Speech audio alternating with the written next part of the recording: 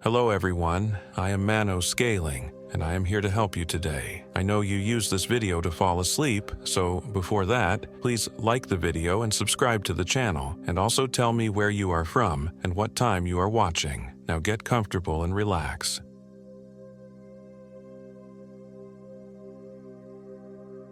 My name is Kenneth Young, and I am 29 years old. This happened in the San Juan Mountains of Colorado, in a place so remote that even the Forest Service maps called it uncharted wilderness. I should have listened to Brian when he said the whole trip felt wrong from the start, but I was too stubborn, too eager to prove that three city guys could handle a week in the backcountry without a guide.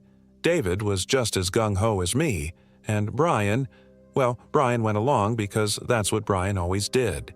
He was the one who kept us grounded, the one who remembered to pack extra batteries and always checked the weather twice. We'd been planning this trip to the Weminuche Wilderness for months. The idea was to hike deep into the mountains, somewhere near the headwaters of the Animas River, far from any trail markers or ranger stations. We wanted to disconnect completely. No cell service, no GPS, just old-school map and compass navigation. I worked 60-hour weeks at a software company. David was drowning in his residency at Denver General, and Brian taught middle school math while trying to finish his master's degree. We needed this.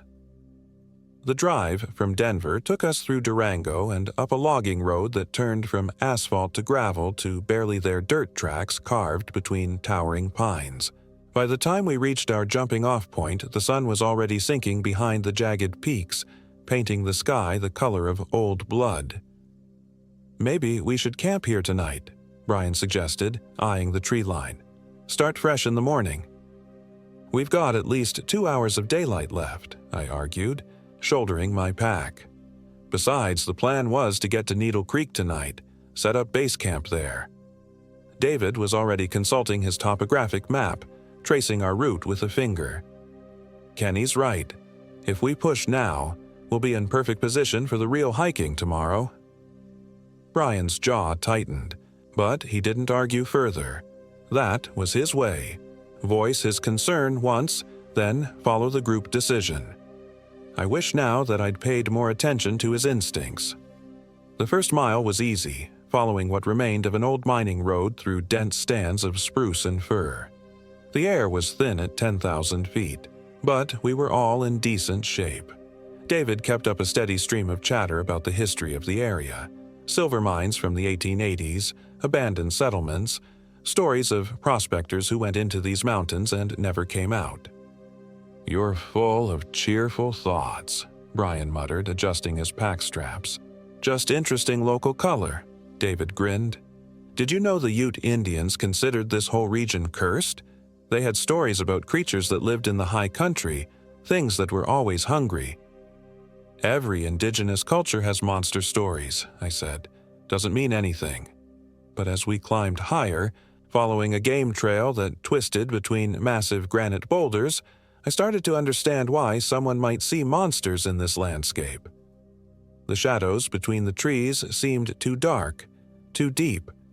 Every sound, the crack of a branch, the rustle of unseen movement, felt amplified in the thin air. By the time we reached what we thought was Needle Creek, full darkness had fallen like a curtain. Our headlamps carved weak tunnels of light through the forest, and the creek we'd been following had dwindled to barely a trickle. "This doesn't look right," Brian said, consulting his map by headlamp. "According to this, Needle Creek should be a lot bigger." I was too tired to care. We'd been hiking for 3 hours over rough terrain, and my legs were screaming. "Water's water. Let's just set up camp and figure it out in the morning." We found a flat spot about 50 yards from the creek and began setting up our tents. That's when we noticed the first strange thing. Every time one of us tried to light a fire, the flames would turn an odd greenish color for a few seconds before settling into normal orange. David made some joke about minerals in the wood, but Brian kept staring at the fire with a troubled expression. "Probably just the altitude," I said, though I didn't really believe it. "Makes everything weird up here." We cooked our freeze-dried dinners over the green-tinged flames and tried to pretend everything was normal. The temperature was dropping fast, probably down to the 20s, and our breath came out in visible puffs. But it wasn't the cold that bothered me. It was the silence. Mountain nights are supposed to be quiet, but this was different. No owl calls, no rustling of small animals in the underbrush, no insects buzzing. Just the faint gurgle of the creek and the pop and crackle of our fire. Even the wind seemed muted, as if the forest itself was holding its breath. "Anyone else notice how quiet it is?" Brian asked, echoing my thoughts. David shrugged. "We're pretty high up. Not much wildlife at this elevation." But I could see he was uneasy too. He kept glancing over his shoulder at the darkness beyond our fire's reach, and he'd stopped making his usual stream of comments and observations. Around 11, we banked the fire and crawled into our tents. I was sharing a 2-man tent with David, while Brian had his own single-person setup about 10 feet away. I lay in my sleeping bag, listening to the fabric of the tent flex in the barely there breeze, and tried to convince myself that the exhaustion in my bones was just from the hike. I must have dozed off because I was jerked awake by a sound I couldn't quite identify. A scraping, like something heavy being dragged across rock. It seemed to come from the direction of the creek, but in the darkness, it was impossible to be sure. "David," I whispered, "you hear that?" No response. I reached over and felt for him in the darkness, but his sleeping bag was empty. The fabric was still warm, which meant he'd only been gone for a few minutes. I unzipped the tent flap and stuck my head out. The fire had burned down to glowing coals, casting just enough light to see that Brian's tent was zipped shut. David was nowhere in sight. "David?" I called softly, not wanting to wake Brian but starting to worry.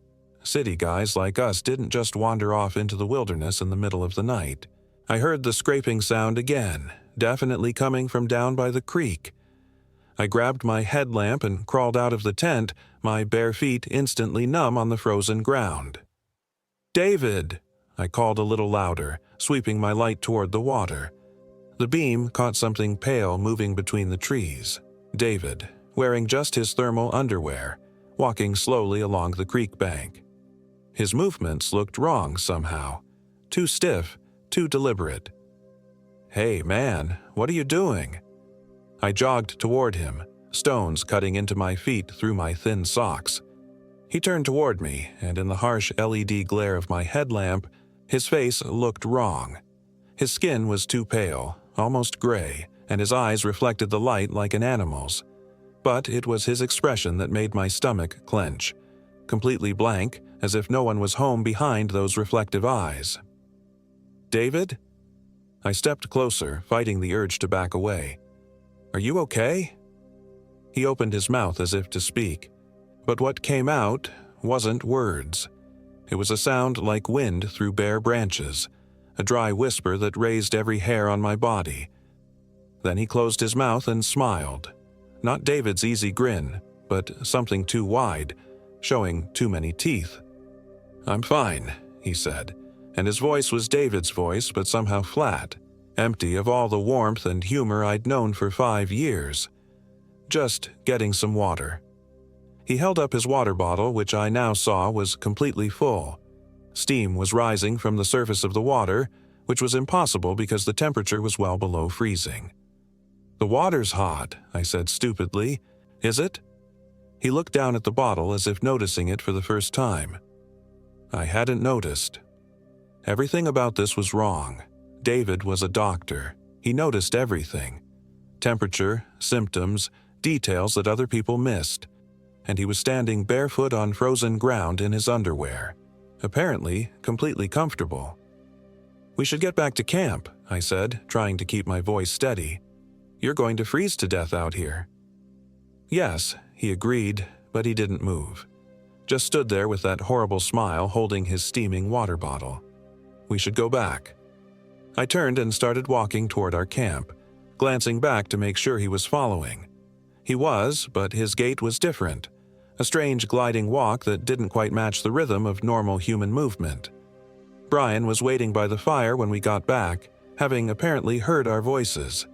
He'd built up the flames again, and they cast dancing shadows across his worried face. "Everything okay?" he asked, but his eyes were fixed on David with an expression I couldn't read. David was getting water, I said.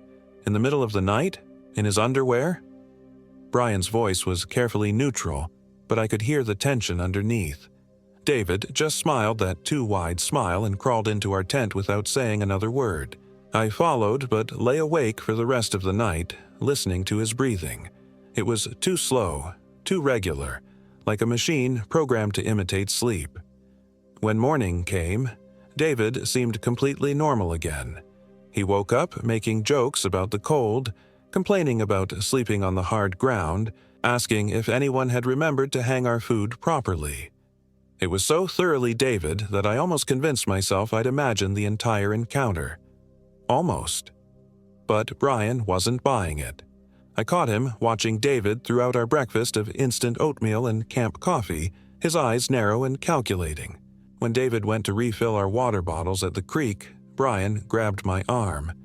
"That wasn't David last night," he said quietly. "What do you mean?" "I was awake. I heard you talking to him by the creek. That voice, it was like someone doing an impression of David but getting it slightly wrong. I wanted to tell him he was being paranoid, but I couldn't. Because I'd felt it too, that sense of wrongness, like David was a photograph that was slightly out of focus. "So, what do you think happened?" I asked. Brian was quiet for a long moment, staring at the forest around us. "I don't know, but I think we should get out of here. Today." David returned with the water bottles, humming some tune I didn't recognize. "Beautiful morning," he said cheerfully. "Perfect day for some serious hiking. I was thinking we could push up toward Engineer Pass, maybe check out some of those old mine shafts." "Actually," Brian said, "I was thinking we should head back. I'm not feeling great. Might be altitude sickness." David's smile faltered for just a second, and in that brief moment, I saw something else looking out through his eyes, something cold and calculating and definitely not human. "Altitude sickness?" David said. "At this elevation? Brian, you're in better shape than either of us. Besides, we just got here. You don't want to waste the whole trip over a little headache." There was something in his tone, a subtle pressure that made me want to agree with him. We had driven 6 hours to get here, taken time off work, invested in new gear. It would be wasteful to turn around now. But Brian was shaking his head. "I know my body. Something's not right." "Something's not right," David repeated, and the way he said it made it sound like a threat. "What do you mean by that?" The temperature seemed to drop 10 degrees. Brian and I exchanged glances, and I could see my own fear reflected in his eyes. "I mean, I feel sick," Brian said slowly, "and I think we should leave." David stared at him for a long moment, that too wide smile stretching across his face. Then he laughed, a sound like breaking glass, and clapped Brian on the shoulder. "Of course, if you're not feeling well, we should definitely get you to a lower elevation. No point in risking your health." But as he said it, his hand tightened on Brian's shoulder, and I saw Brian wince. When David finally let go and turned away to pack his gear, there were 5 dark bruises on Brian's shoulder in the exact shape of fingers. We broke camp quickly, all of us eager to get moving for different reasons. David seemed almost manic in his cheerfulness, chattering about everything and nothing as we rolled up our sleeping bags and stuffed our packs. But underneath the stream of words, I could feel a current of barely contained rage, like a wildfire looking for fuel. The hike back should have been easier, mostly downhill, retracing familiar ground. But within an hour, we were lost. "This isn't the same trail," Brian said, consulting his map and compass. "We should have hit the old mining road by now." I looked around at the forest surrounding us. The trees seemed different somehow, darker, more twisted. The trail we were following was barely visible, more of a suggestion than an actual path, and it seemed to curve and branch in ways I didn't remember from the day before. "Maybe we took a wrong turn," I suggested, though I couldn't recall seeing any other trails. "There weren't any other trails," Brian said grimly. "This is the only way in or out." David was examining a tree about 20 feet ahead of us, running his fingers over the bark. "Hey guys, come look at this." We approached reluctantly. The tree was a massive pine, probably 200 years old, and its trunk was covered in what looked like claw marks. But these weren't from any bear or mountain lion I'd ever seen. The gouges were too deep, too wide, and they formed a pattern that was almost like writing. "Weird, right?" David said, but his voice had that flat, empty quality again. "I wonder what made these." Brian grabbed my arm and pulled me aside, far enough away that David couldn't hear us. "We need to get out of here," he whispered urgently. "Right now. I don't care if we have to bushwhack through the forest, we need to get away from him." "That's still David," I protested, though my voice lacked conviction. "Is it? Look at him." I turned to see David still standing by the tree, but now he was facing away from us, perfectly motionless. He hadn't moved a muscle in the 30 seconds we'd been talking. Not a shift of weight, not a turn of his head, nothing. He was standing like a statue, or like something pretending to be human but not quite getting the details right. "David," I called. He turned toward us with a movement that was too smooth, too quick. His smile was back, wider than ever. "Sorry, just admiring the craftsmanship. Shall we keep going?" But when he started walking, I noticed that his feet made no sound on the forest floor. Brian and I crunched through the carpet of pine needles and fallen leaves, but David's steps were completely silent. The trail, if you could call it that, led us deeper into the mountains instead of back towards civilization. The trees grew thicker and more gnarled, their branches intertwining overhead to block out most of the sky. The temperature continued to drop, even though it was the middle of the day, and our breath began forming clouds again. "This is wrong," Brian muttered. "All of this is wrong."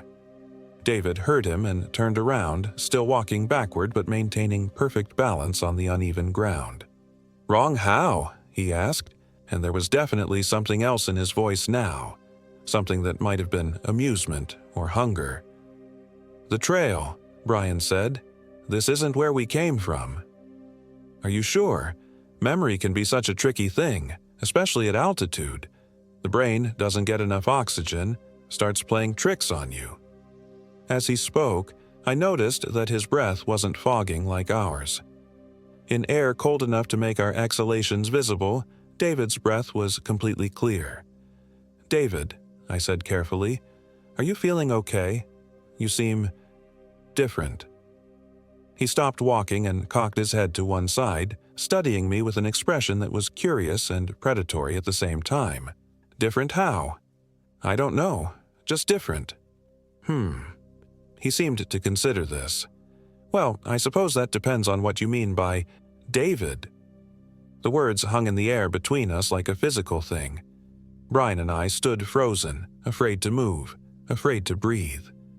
The forest around us was completely silent except for the sound of our own heartbeats. Then David laughed, that same glass-breaking sound, and turned to continue walking. "Just kidding," he called over his shoulder. "You guys are so paranoid. It's just the altitude, like I said." But the damage was done. Whatever was wearing David's face had just admitted, however playfully, that it wasn't David at all. We followed because we didn't know what else to do. The forest had become a maze of identical-looking trees and confusing trails that seemed to shift and change when we weren't looking directly at them. My compass spun wildly, never settling on true north, and Brian's GPS unit showed nothing but static. "The satellites can't penetrate the tree cover," David explained helpfully when Brian showed him the dead screen. "We're in a natural dead zone." But I was starting to suspect that whatever was blocking our electronics wasn't natural at all. As the day wore on, the wrongness became impossible to ignore. David never got tired, never took a drink of water, never even seemed to sweat despite the heavy pack on his shoulders. He maintained a steady stream of conversation, but the topics became increasingly strange. Stories about people who disappeared in these mountains, about things that lived in the deep forest and only came out when they were hungry. The Ute called them Wendigos, he said as we climbed a steep switchback between towering cliffs. Cannibals who had eaten so much human flesh that they stopped being human themselves. They say once the hunger takes hold, there's no going back." "That's a nice story," Brian said through gritted teeth. "Very comforting." "Oh, but the best part is how they hunt," David continued as if Brian hadn't spoken. "They can take the shape of anyone they've killed, wear their faces like masks. A Wendigo could walk right up to your best friend, wearing the face of someone you trust, and you'd never know until it was too late."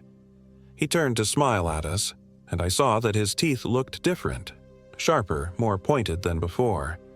"Of course, that's just a story," he added. "Local folklore, nothing to worry about."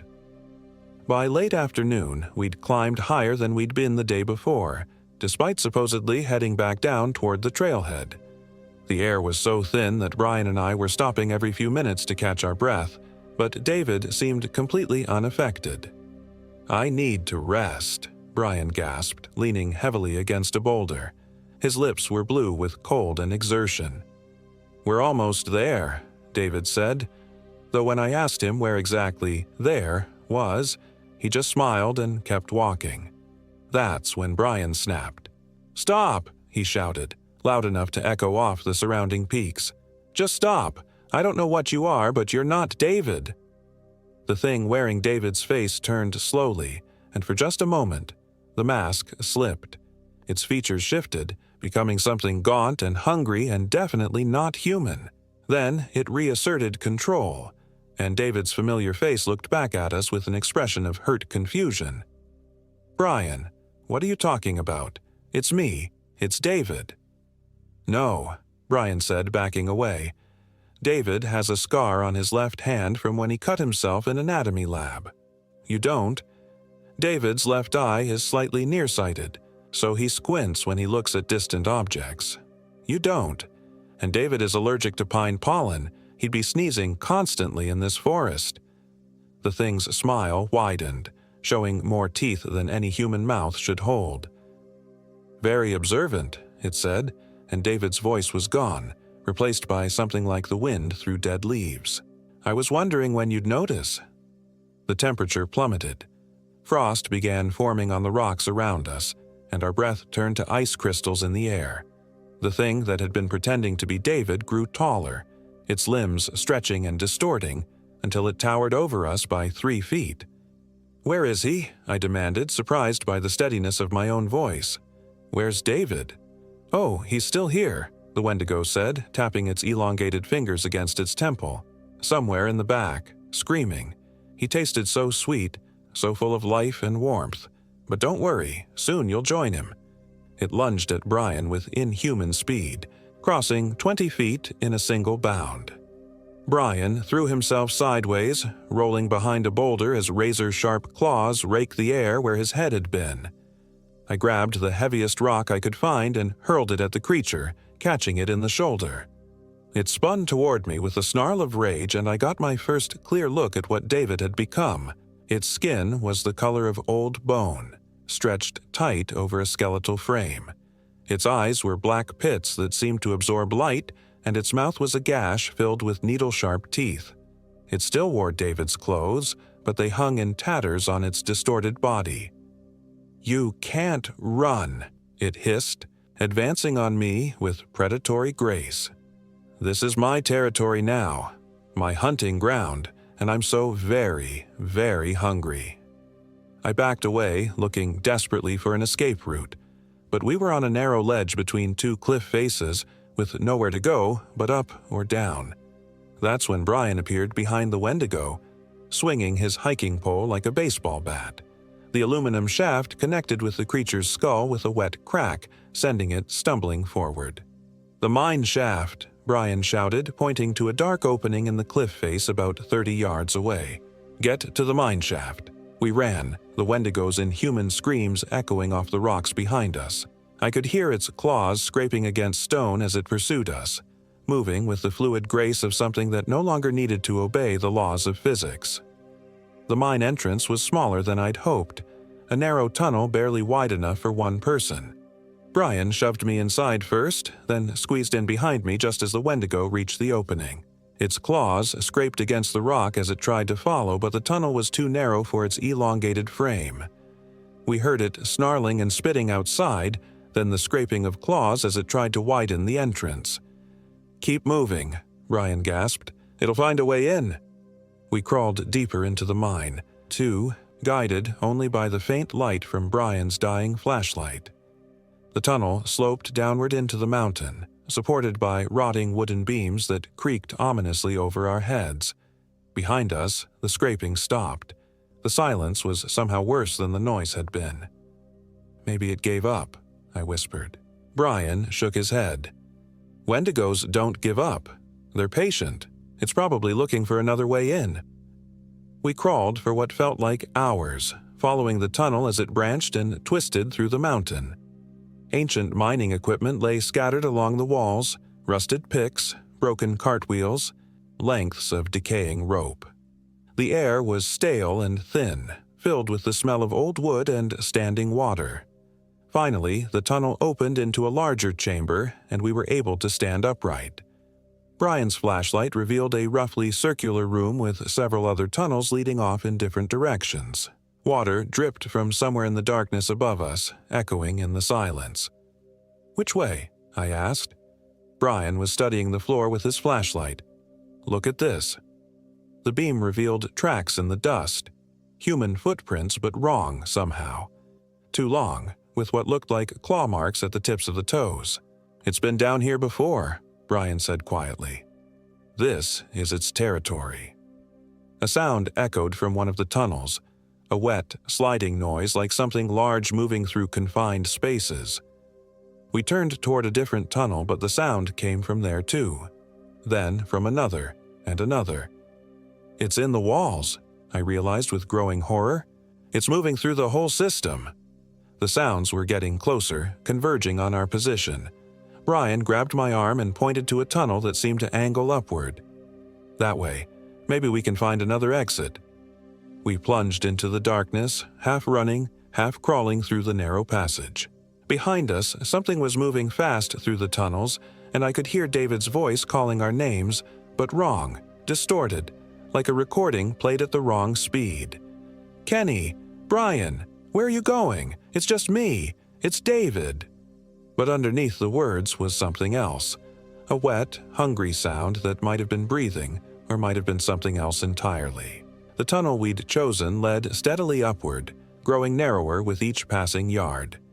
Soon, we were crawling on our hands and knees again, and then on our bellies, squeezing through passages barely wide enough for our bodies. Brian's flashlight finally died, leaving us in absolute darkness. We continued by feel, following the upward slope of the tunnel and praying it would lead us back to the surface. My hands were raw and bleeding from crawling over rough rock, and my lungs burned from the thin air and exertion. Then I felt something I never thought I'd be so happy to experience, a current of cold air across my face. "There's an opening ahead," I gasped. We squeezed through the last few yards of tunnel and emerged onto a narrow ledge high on the cliff face. Below us, the forest stretched away in every direction, looking deceptively peaceful in the late afternoon light. Above us, the sky was the deep blue of approaching evening. "We need to get down from here," Brian said, but his voice was weak. The ordeal had drained him. His face was gray with exhaustion. I looked over the edge of the ledge. It was a sheer drop of at least 100 feet to the trees below. No way to climb down, and no other obvious escape route. There, Brian pointed to a series of smaller ledges and cracks in the rock face leading diagonally down the cliff. "It's dangerous, but maybe—" His words were cut off by a sound from the tunnel behind us, something large forcing its way through the narrow passage we'd just crawled through. The rock dust drifted out of the opening like smoke. "Go," I said. "I'll be right behind you." Brian swung himself over the edge and began working his way down the cliff face, moving from handhold to handhold with the careful precision of someone who knew that one mistake would be fatal. The sounds from the tunnel were getting louder. Whatever was coming through was almost to the opening. I was about to follow Brian when David's head appeared in the tunnel mouth. For a split second, I felt a surge of relief. It was David. Really David this time. His face was bruised and bloody, his eyes were wide with terror, but it was definitely him. "Kenny," he gasped. "Help me, please. It's in my head." I can feel it eating my thoughts, my memories. I'm still in here, but not for much longer. I reached toward him, then stopped, because behind his eyes I could see something else looking out, something cold and patient and infinitely hungry. "It's a trap," David said, his voice breaking. "Don't trust me. I can't control what I'm going to do. Run, Kenny. Please, just run." The thing behind his eyes smiled, and David's face began to change again, features shifting and elongating. But this time, I could see David fighting it, his real personality struggling against the alien presence in his mind. Tell my sister," he began. But then his face convulsed, and when he spoke again, it was in the Wendigo's voice. "Come here, Kenny. Let me show you what I did to your friend." I swung over the ledge and began climbing down as fast as I dared. Above me, I heard David, or the thing wearing his face, let out a roar of rage that echoed off the canyon walls. Brian was about 20 feet below me, making good progress despite his exhaustion. "What's happening up there?" "Just keep climbing," I called back. Something landed on the ledge above us with a wet thud. I looked up to see the Wendigo crouched at the cliff edge, its elongated limbs allowing it to move across the rock face like a spider. "Oh shit," Brian breathed. The creature began descending the cliff, moving with inhuman speed and agility. It was going to reach Brian before either of us could make it to the bottom. "Brian!" I shouted. "Jump!" "What?" "Into the trees. It's your only chance." Brian looked down at the forest canopy 30 feet below, then back up at the approaching monster. He closed his eyes, said what might have been a prayer, and let go. I watched him fall, crashing through the pine branches with a sound like breaking bones. He hit the ground hard and lay still. The Wendigo paused in its descent, apparently torn between pursuing me and investigating Brian's motionless form. In that moment of hesitation, I made my own desperate choice. I let go of the cliff face. The fall seemed to last forever. Pine branches whipped past me, tearing at my clothes and skin. Then I hit something solid, a thick branch that bent but didn't break, and bounced off into space again. I landed hard on a slope covered in loose scree, tumbling and rolling until I finally came to a stop against a fallen log. Everything hurt, but I was alive. Brian was lying about 50 feet away, partially hidden by a cluster of young pines. I crawled toward him, my left ankle screaming with each movement. He was unconscious but breathing, blood trickling from a gash on his forehead. "Brian," I whispered, shaking his shoulder. "We have to move." Above us, the Wendigo was climbing back up the cliff face toward the tunnel entrance. It moved with purpose as if it knew something we didn't. Brian's eyes fluttered open. "Kenny, where are we?" "We fell.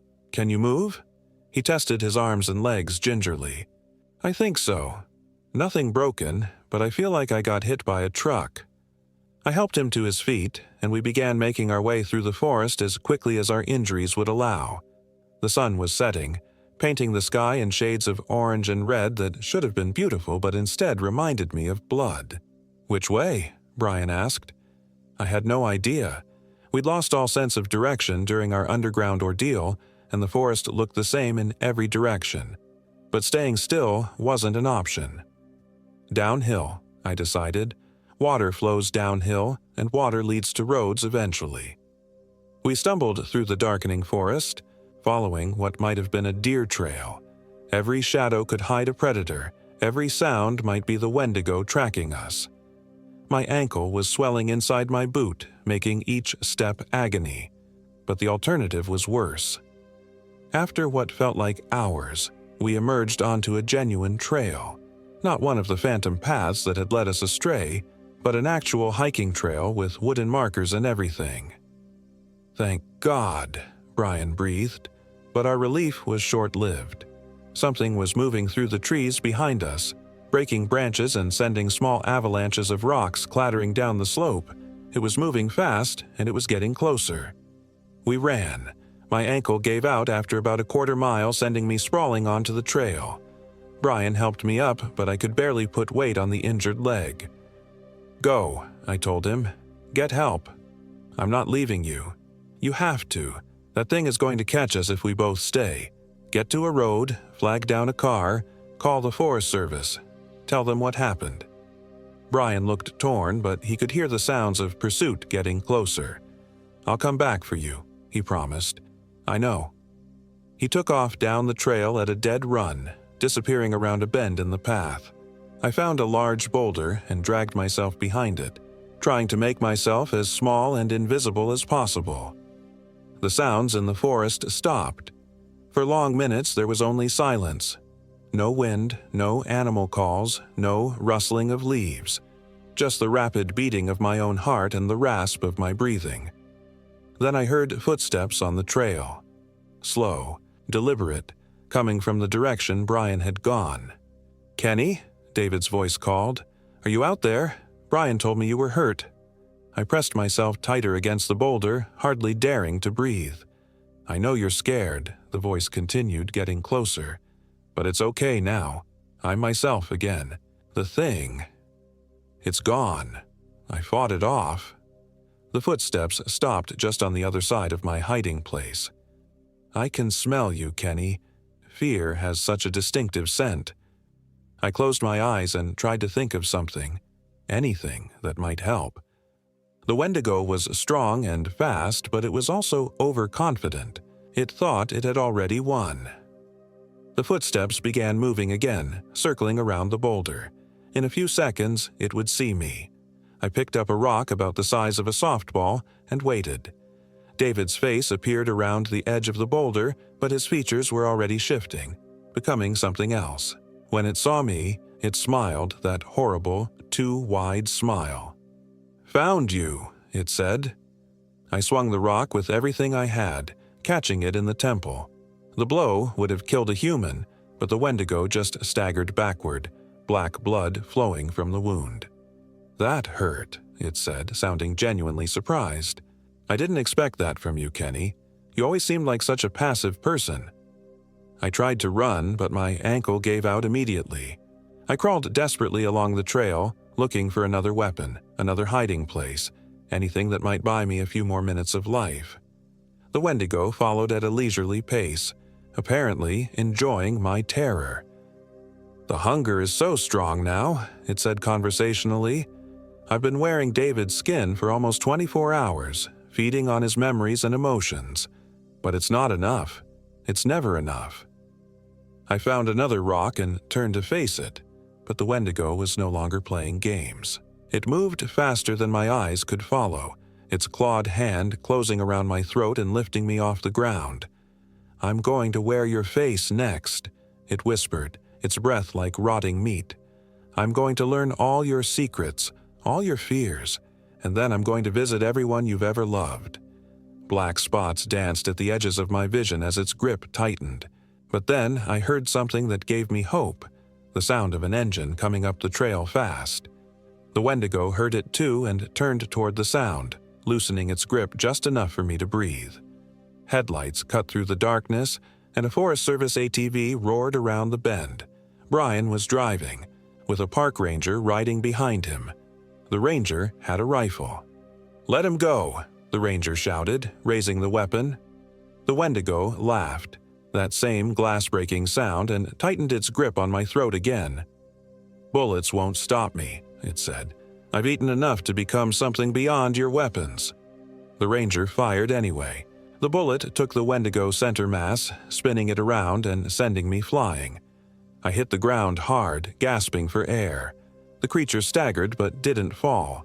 Black blood poured from the wound, but it was already beginning to heal. "Iron," the ranger said grimly, working the bolt to chamber another round. "Old mining area like this, iron in the soil, soaks into everything." The second shot hit the Wendigo in the shoulder, and this time it screamed, a sound like 1,000 voices in agony. The wound wasn't healing as quickly as before. "The stories are true," the ranger muttered, taking careful aim. "Iron breaks the curse." The third shot caught the Wendigo in the head, snapping it backward. It stood there for a moment, swaying, then toppled like a felled tree. For a few seconds, nothing moved. Then the creature's body began to shift and change, its stolen features melting away to reveal something ancient and skeletal and utterly inhuman. Finally, it crumbled to dust, leaving only David's torn clothes and a scatter of old bones. "David," I whispered, crawling toward the remains. But there was nothing left of my friend to save. The ranger helped me to my feet, supporting my weight as we walked toward the ATV. "We need to get you to a hospital," he said. "And then you need to tell me everything that happened up there." "Will anyone believe it?" Brian asked. The ranger was quiet for a moment, looking back at the pile of dust and bones on the trail. "Probably not," he said finally. "But there have been stories about this area for as long as anyone can remember. People going missing, strange sightings, sounds in the night. Most of us figured it was just imagination, but—" He didn't finish the thought. As we rode down the mountain, I found myself thinking about David, the real David, not the thing that had worn his face. I thought about his laugh, his terrible jokes, his genuine desire to help people. Somewhere in that monster's head, he'd managed to hold on to enough of himself to warn me, to fight against the alien presence that was consuming him. That was the David I chose to remember. We never went back to retrieve our gear from that first campsite. The Forest Service officially listed David as missing, presumed dead, the victim of a hiking accident. His body was never found, of course, but his family was able to hold a memorial service. Brian and I never talked about what really happened, not even to each other. What was the point? Who would believe us? But sometimes, late at night, I wake up thinking I hear something moving through the darkness outside my window. Something hungry, something patient, something that might have learned to wear a new face, and I wonder if we really killed it, or if we just set it free to hunt somewhere else. The mountains of Colorado are vast and empty, full of places where something ancient and terrible could hide, full of hikers and campers and isolated families who might never see danger coming until it was too late. I don't go camping anymore. I don't even like being alone in the dark. Because once you've seen what kind of monsters live in the wilderness, you never feel truly safe again. And somewhere in the San Juan Mountains, if you know where to look, you can still find our old campsite. The fire ring is overgrown with weeds now, and the creek has changed course. But the trees around the clearing are still marked with claw marks, deep gouges in the bark that form patterns almost like writing, like a warning, or maybe an invitation.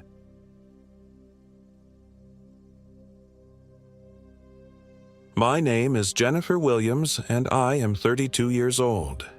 This happened in October of last year, in the abandoned mining town of Gothic, Colorado, deep in the Elk Mountains where the aspen trees bleed gold and the shadows grow hungry when winter approaches. I should have known something was wrong the moment Mark suggested we camp there for our company retreat.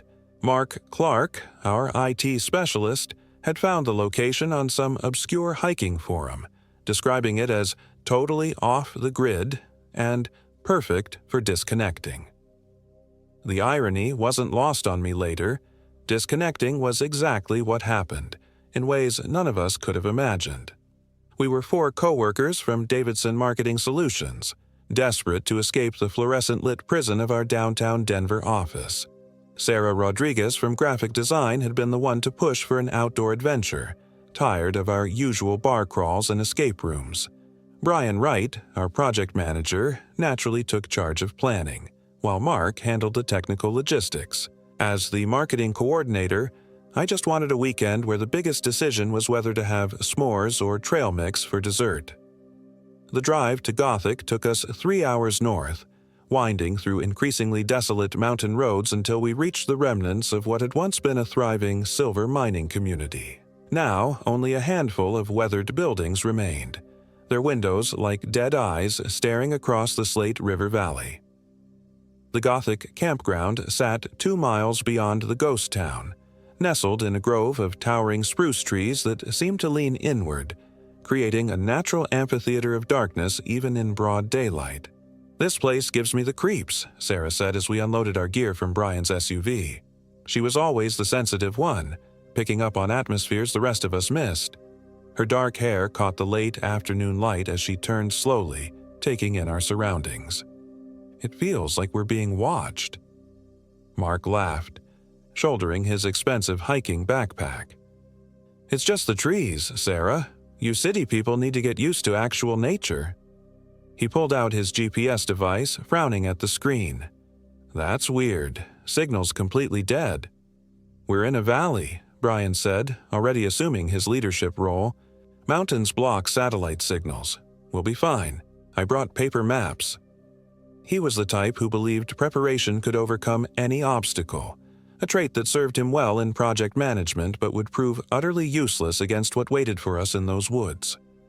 Our campsite was a clearing about 50 yards from the main road, surrounded by spruce and aspen trees whose golden leaves rustled with a sound like whispered warnings.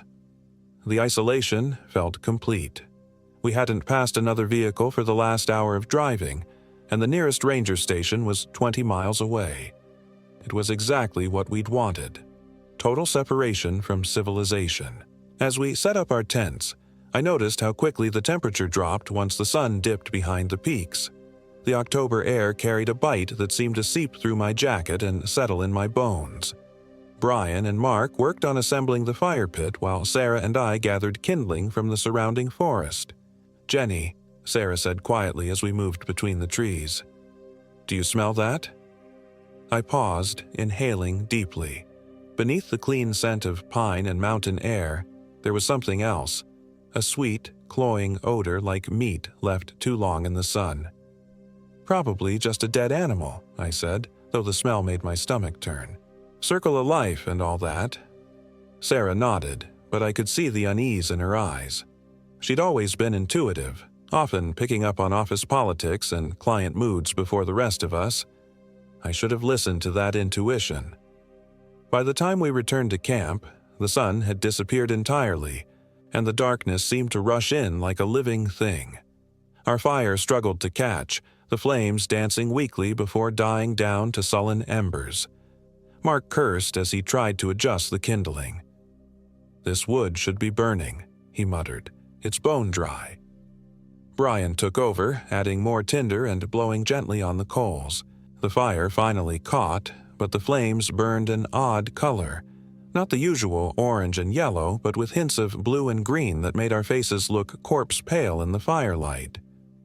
"Must be minerals in the wood," Brian said, though he sounded uncertain. "Copper deposits or something." We cooked hot dogs over the strange flames and tried to maintain our usual office banter, but conversation felt forced. Every joke fell flat. Every story seemed to trail off into uncomfortable silence. The darkness beyond our small circle of light felt oppressive, as if something vast and hungry was watching from just beyond the trees. "Anyone else hearing that?" Mark asked suddenly. We all stopped talking, listening. At first, there was only the natural sounds of the forest, wind through branches, the distant hoot of an owl. But then, underneath it all, came a sound like breathing. Slow, rhythmic, as if something enormous was sleeping just outside our camp. "It's just the wind," Brian said, but his voice was tight. The breathing sound continued for nearly an hour before finally fading away. None of us slept well that first night. I woke before dawn, my sleeping bag soaked with sweat despite the cold mountain air. The fire had died completely, leaving us in absolute darkness. My phone was dead, not just low battery, but completely unresponsive, as if the device itself had simply given up. When I checked the others' phones, I found the same thing. "That's impossible," Mark said when I woke him. "These batteries were at full charge yesterday." He tried his GPS device, his satellite communicator, even his digital watch. Nothing worked. "It's like something drained them all simultaneously." Brian was characteristically practical. "We'll drive back to town if we need to contact anyone. We came here to disconnect anyway, right?" But when he turned the key in his SUV, nothing happened. The engine was completely dead, and when he popped the hood, we found that the battery terminals were corroded with a white, crystalline substance that none of us recognized. "What the hell is this?" Brian scraped at the corrosion with a stick. The substance had an odd, organic smell, like decomposing flesh. We were stranded. "It's okay," Sarah said, though her voice shook slightly. "Someone will come looking for us when we don't show up to work Monday." But Monday was 3 days away. We spent the morning trying to problem-solve our situation. Mark hiked back toward the main road, hoping to flag down a passing vehicle, while Brian and I worked on cleaning the battery terminals. Sarah gathered more firewood, staying close to camp. Mark returned after 2 hours with disturbing news. "The road's blocked," he said. "Huge boulder slide about half a mile back. Looks recent. The rocks are still sharp, no erosion. And here's the weird part. There's no debris field. It's like someone placed those boulders there deliberately." The isolation we'd sought now felt like a trap. That afternoon, we decided to hike to the abandoned mining buildings in Gothic, hoping to find tools or supplies that might help us repair the SUV. The 2-mile walk felt longer than it should have, as if the very landscape was stretching itself to delay our arrival. Gothic was a monument to failure and abandonment. The few remaining structures, a general store, a schoolhouse, a cluster of miners' cabins, stood like broken teeth against the mountainside. Windows gaped empty, doors hung askew on rusted hinges, and the wooden sidewalks had warped and split under decades of harsh winters. "This place was booming in the 1880s, Brian read from a weathered historical marker. Population peaked at nearly 1,000 people. Silver mining operation, abandoned after the crash of 1893. What the marker didn't mention was what we found inside the buildings. The general store's interior was filled with newspapers from 1923, 30 years after the supposed abandonment. The headlines spoke of missing persons, entire families vanishing from their homesteads. One story described a search party that had gone looking for a lost child and never returned. Their bodies were found weeks later, arranged in a circle in the forest, each one bearing bite marks that didn't match any known animal. "People kept trying to resettle here," Sarah said, examining the yellowed newsprint. "Look at these dates. There are articles from the 1940s, the 1960s, even the 1980s. All of them mention disappearances." In the schoolhouse, we found children's desks still arranged in neat rows, with lessons written on a chalkboard in handwriting that looked fresh despite the room's obvious abandonment. The lesson was about local wildlife, with detailed anatomical drawings of deer, elk, and mountain lions. But at the bottom of the board, in smaller text, was a warning. "If you hear the whistling, do not follow. If you see your friend after dark, look at their eyes. If they won't meet your gaze, run." "Kids' game," Mark said dismissively, but his voice lacked conviction. We found useful supplies in the cabins: oil lanterns, matches, some canned goods that were surprisingly well preserved. As we loaded our backpacks, I noticed Mark had become unusually quiet. He kept looking over his shoulder as if expecting someone to appear behind him. "You okay?" I asked. "Yeah, I keep feeling like someone's calling my name. Probably just the wind in the trees." We hiked back to our campsite as the sun began to set. The forest seemed different somehow. The trees appeared to lean closer together, creating tunnels of shadow that our flashlights couldn't fully penetrate. The path that had been clear that morning now seemed to branch and fork in ways I didn't remember. "Are we going the right way?" Sarah asked. She was walking close behind me, close enough that I could feel her nervous energy. Brian consulted his paper map, but in the fading light, the topographical lines seemed to shift and blur. "Should be just ahead," he said, but I could hear uncertainty in his voice. We found our campsite just as full darkness fell, but something was wrong. Our tents were exactly as we'd left them, our gear undisturbed, but the fire pit had been filled with stones arranged in a perfect spiral pattern. None of us had done it. "Probably just park rangers," Brian said, but we all knew no rangers had passed through. We were miles from any maintained trail. Mark rebuilt the fire while Sarah and I prepared dinner from the canned goods we'd found. The flames burned that same sickly blue-green color, casting weird shadows that seemed to move independently of the firelight. As we ate, I noticed Mark wasn't really participating in our conversation. He kept turning his head, as if listening to something the rest of us couldn't hear. "There it is again," he said suddenly. "What?" Brian asked. "That whistling sound. Don't you hear it?" We all listened, but heard only the usual forest noises. Mark's face was pale in the firelight, his eyes wide and unfocused. "I think I should go check it out," he said, standing up. "No." Sarah grabbed his arm. "Remember what the chalkboard said about whistling? Don't follow it." Mark laughed, but it sounded forced. "You're taking childhood superstition seriously. Come on, Sarah." "Just stay here," I said. "We stick together. That's basic survival stuff." He sat back down, but I could see he was agitated. His hands trembled slightly as he picked at his food, and his eyes kept darting toward the darkness beyond our fire's light. We tried to maintain normal conversation, sharing stories about work and discussing our plans for when we got back to civilization. But the normalcy felt brittle, like a thin sheet of ice over deep water. Every sound from the forest made us jump, and the shadows cast by our fire seemed to take on shapes that almost looked human. Around midnight, Mark announced he was going to bed. He seemed calmer, almost relieved, as if some internal struggle had been resolved. "Good idea," Brian said. "We should all get some rest. Tomorrow we'll figure out how to get out of here." I was exhausted, but sleep eluded me. The breathing sound had returned, that slow, rhythmic respiration that seemed to come from everywhere and nowhere. Sarah was tossing and turning in her tent next to mine, clearly having the same problem.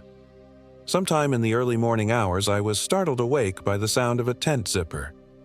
Through the thin nylon wall, I could see the beam of a flashlight moving around our campsite.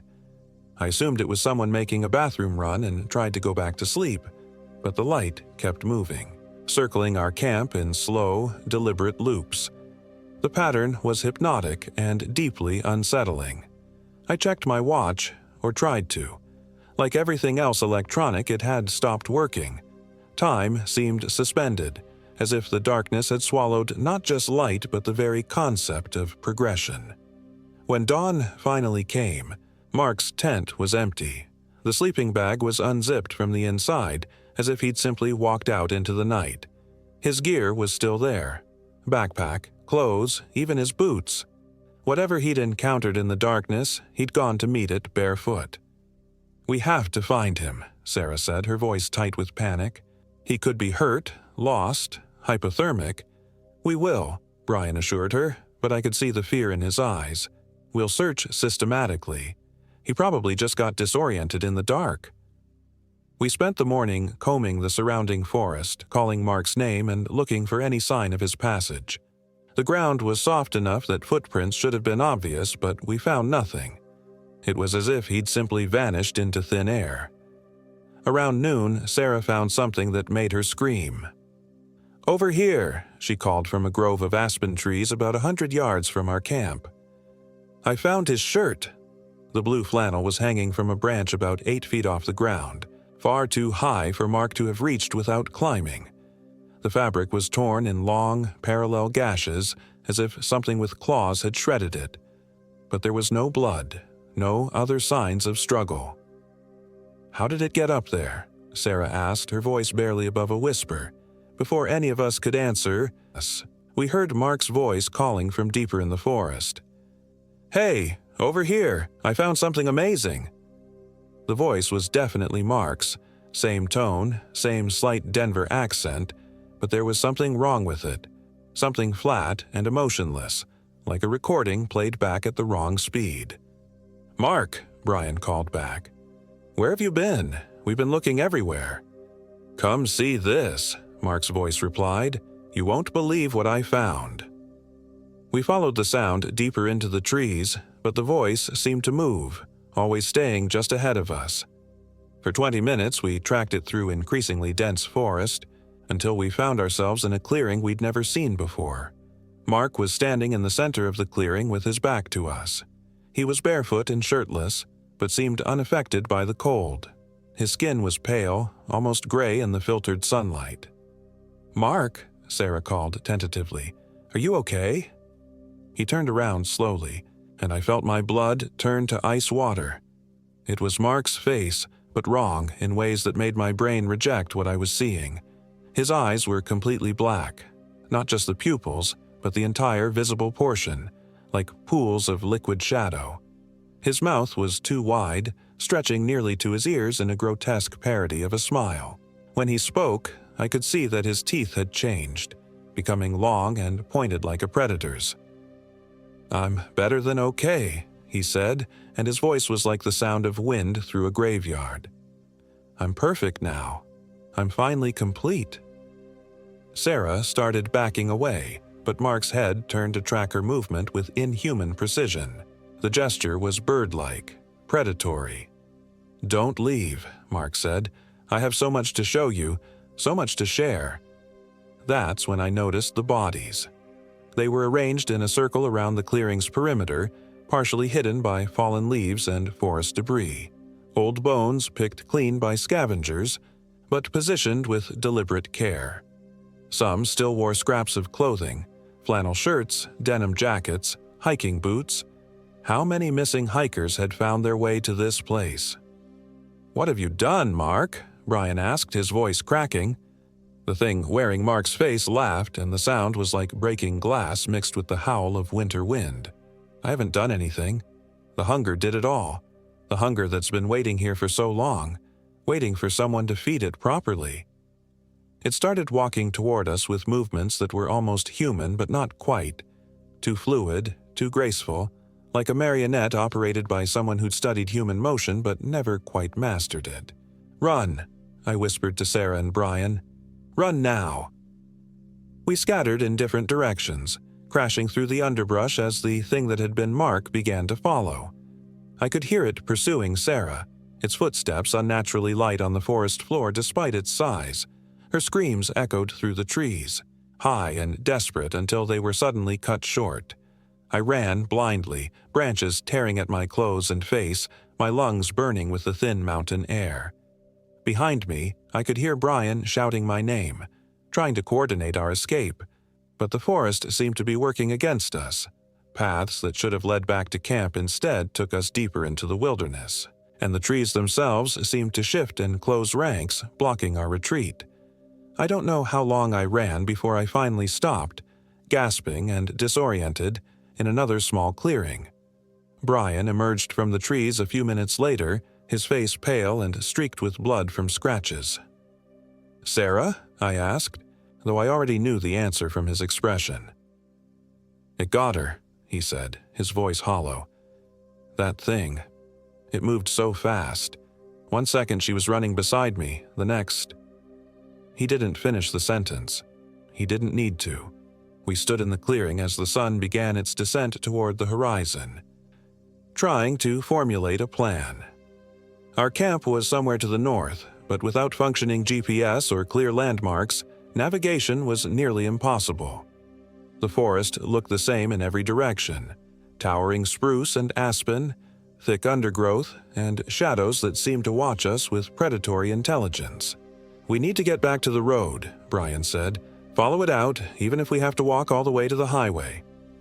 It was a 20-mile hike, but our only realistic option. We began moving what we hoped was east, toward where we remembered the main road being. But as we walked, I began to notice that we were passing the same landmarks repeatedly. A distinctive lightning-struck pine, a boulder shaped like a crouching bear, a stream that gurgled over moss-covered rocks. "We're walking in circles," I said after we'd passed the bear-shaped boulder for the third time. Brian stopped, looking around with growing desperation.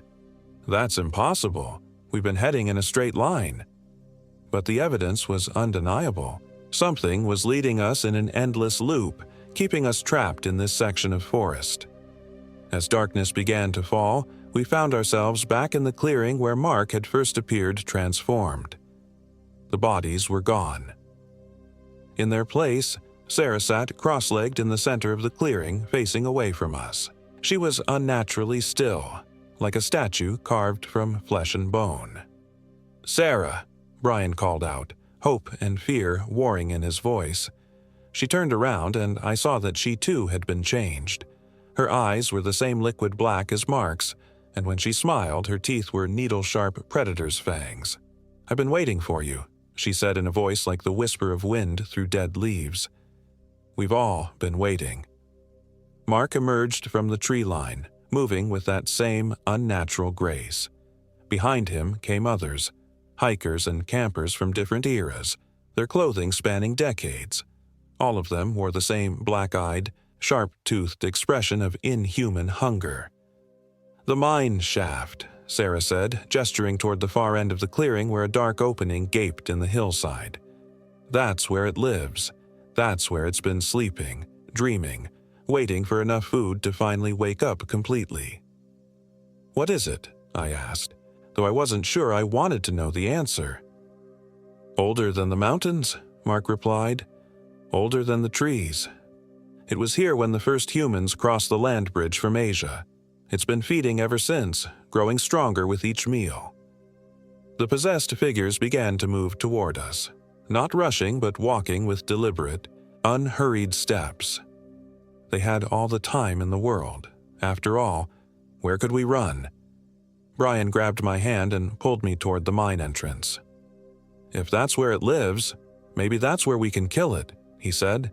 It was desperate logic, but our only option. We ran into the shaft, our footsteps echoing in the artificial cavern. The darkness was absolute, swallowing our flashlight beams after only a few feet.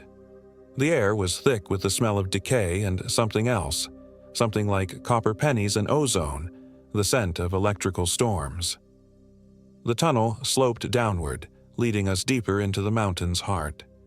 Ancient mining equipment littered the sides of the passage, rusted pickaxes, rotted support timbers, rail tracks that disappeared into the darkness ahead. But there were newer additions too: camping gear, hiking boots, personal belongings from dozens of missing persons. "They've been feeding it for decades," Brian whispered. We pressed deeper, driven by desperation and the certain knowledge that the possessed figures were following behind us. The tunnel branched and split, creating a maze of passages that seemed to extend far beyond what any mining operation would have required. In one of the side chambers, we found what might have been the source of all our nightmares. The chamber was vast, larger than any natural cave had a right to be. In the center, partially buried in the rocky floor, was something that hurt to look at directly. It was immense, maybe 50 feet tall and twice as wide, with a shape that seemed to shift and change depending on the angle of observation. Sometimes it looked like a gigantic spider with too many legs. Other times it resembled a massive tree with branches that ended in clawed hands. The only constant was its hungry awareness, a malevolent intelligence that had been dreaming of feeding for countless centuries. Ancient pictographs covered the chamber walls, crude drawings that showed the same scenes playing out over and over. People entering the forest, people being taken, people feeding the thing in the mountain's heart. The indigenous peoples had known about it, had tried to warn others with their art and their legends. But no one had listened. "How do we kill something like that?" Brian asked. Before I could answer, Sarah's voice echoed from the tunnel behind us. "You can't kill hunger," she said. "You can only feed it." The possessed figures had found us. They filled the tunnel entrance, their black eyes reflecting our flashlight beams like mirrors. Mark was in the lead, his inhuman smile wider than ever. "Don't make this harder than it needs to be," he said. "You're going to feed it eventually. We're just trying to make the process more civilized." The thing in the chamber began to stir, responding to our presence. Tendrils that might have been roots or might have been tentacles emerged from the rocky floor, reaching toward us with obvious hunger. The smell of decay intensified, and I could hear what sounded like a massive heartbeat echoing through the cavern. Brian did something I'll never forget. He pulled out the emergency flare he'd been carrying and struck it, filling the chamber with harsh red light. In that crimson glow, the full horror of our situation became clear. The walls were lined with cocoons, hundreds of them, maybe thousands, each containing the preserved remains of the thing's victims. "Run, Jenny!" Brian shouted, and then he charged directly at the possessed figures blocking our escape. I wanted to help him, to fight alongside him, but I knew our only chance was for one of us to escape and get help. I ran deeper into the mine complex, following passages that seemed to twist and turn without any logic, while behind me I could hear the sounds of struggle, and then, worst of all, silence. I ran for what felt like hours, my flashlight battery growing weaker with each step. The mine seemed to go on forever, an impossible labyrinth that defied the geology of the mountain. But eventually, impossibly, I saw light ahead. Not the warm yellow of sunlight, but the cold blue glow of dawn. I emerged from a different entrance, one hidden behind a rockfall on the opposite side of the mountain from where we'd entered. The abandoned buildings of Gothic were visible in the valley below, and beyond them, the road we'd taken to reach this cursed place. It took me 6 hours of hiking to reach the highway, where a passing trucker picked me up and drove me to the nearest town. The authorities were skeptical of my story. 4 friends go camping, 3 disappear, and the survivor claims they were taken by a monster. It was easier for them to believe I'd suffered a psychological break than to accept the truth. Search teams combed the area for weeks but found nothing. The mine entrance I'd escaped through had apparently sealed itself. The rescue workers found only solid rock where I insisted there had been an opening. Our campsite showed no signs of disturbance. Even our abandoned SUV was gone, as if it had never existed. I moved to Florida 6 months later, as far from the mountains as I could get. I told myself that distance would help me forget, that warm weather and ocean breezes would wash away the memories of those black eyes and needled teeth. But some things follow you no matter how far you run. Because sometimes, in the darkest part of the night, I still hear Mark's voice calling my name, and sometimes when I look in the mirror, I catch myself checking to make sure my eyes are still brown, not black as midnight. The hunger isn't finished with me. I can feel it waiting, patient as the mountains themselves, knowing that eventually I'll have to return. After all, there are others who need to be warned. Other groups of friends planning camping trips, other co-workers looking for adventure in the wilderness. Someone has to tell them about Gothic, Colorado, and the thing that sleeps beneath the mountain. Someone has to make sure they don't make the same mistake we did, even if it means going back to that place where the trees whisper hunger and the shadows have teeth. Even if it means facing Mark and Sarah and Brian again, with their black eyes and their patient, predatory smiles. Even if it means feeding the ancient thing one more time, because some warnings can only be delivered in person, and some truths can only be shared face to face, eye to eye. And I'm getting so very hungry.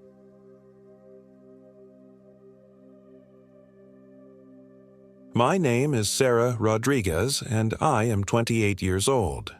This happened in the San Juan Mountains of southwestern Colorado, near the abandoned mining town of Animas Forks, where the tree line ends and only the hardiest souls dare to venture.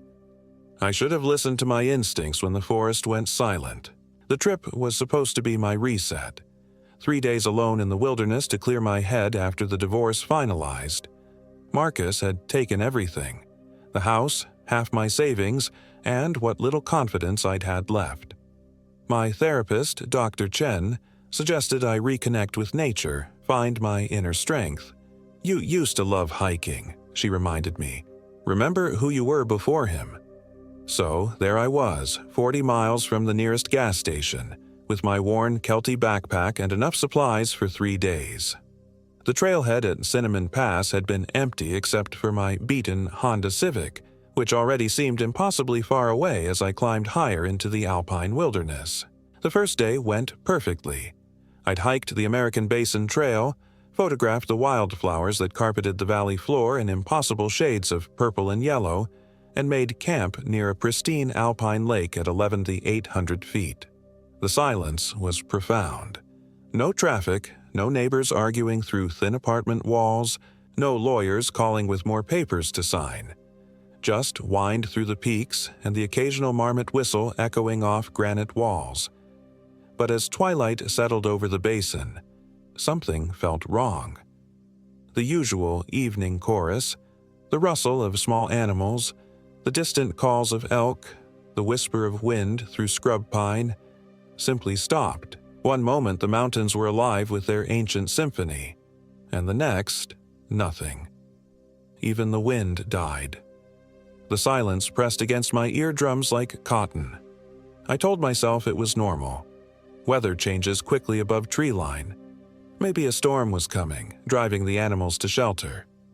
I checked my weather radio, but got only static. The device had worked fine that morning. That night, I dreamed of something watching me from the ridge above my tent. In the dream, it stood perfectly still against the stars, man-shaped but wrong somehow. Too tall, joints bending in ways that made my stomach clench.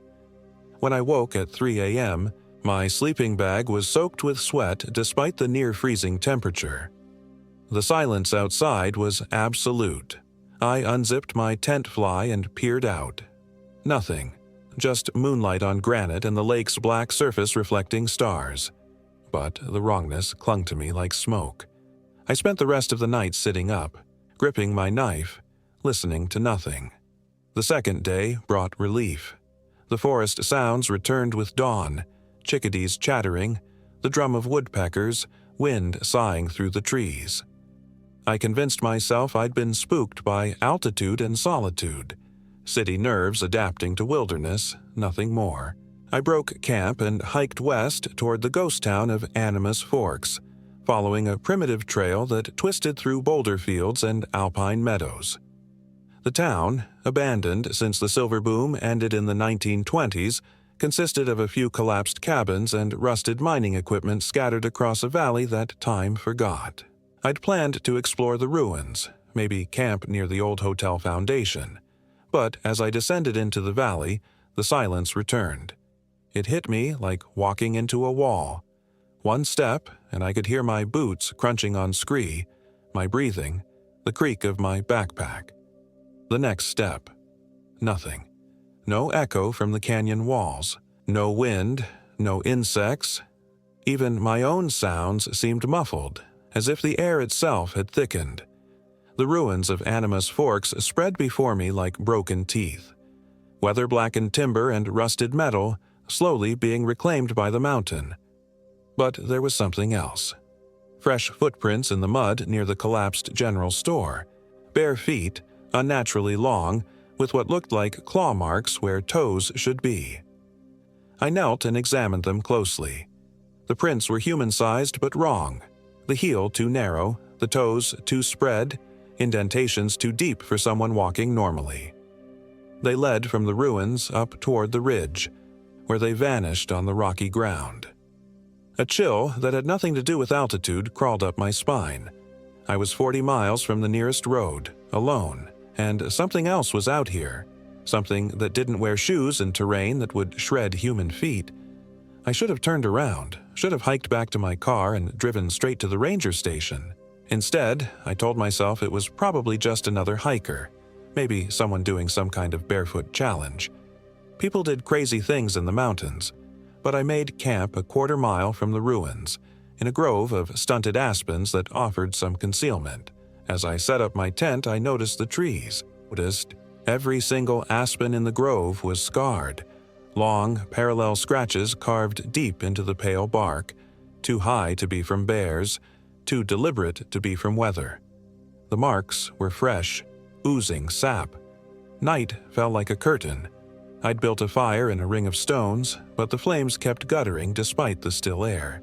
3 times I rebuilt it. 3 times it died to barely glowing embers as if something was sucking the life from it. Finally, I gave up and crawled into my tent with my headlamp and knife. That's when I heard the humming. It started low, almost below the threshold of hearing. A vibration I felt in my bones rather than heard. But it grew stronger, closer, until it resolved into something that might have been a lullaby, if lullabies were sung by things that had forgotten how to be human. The melody was familiar but wrong, like a childhood song played backwards. It circled my camp, moving from tree to tree, sometimes close enough that I could hear breathing between the notes. My hands shook as I gripped the knife, every muscle rigid with terror. Then came the scratching. Something was moving around my tent, dragging claws across the nylon walls.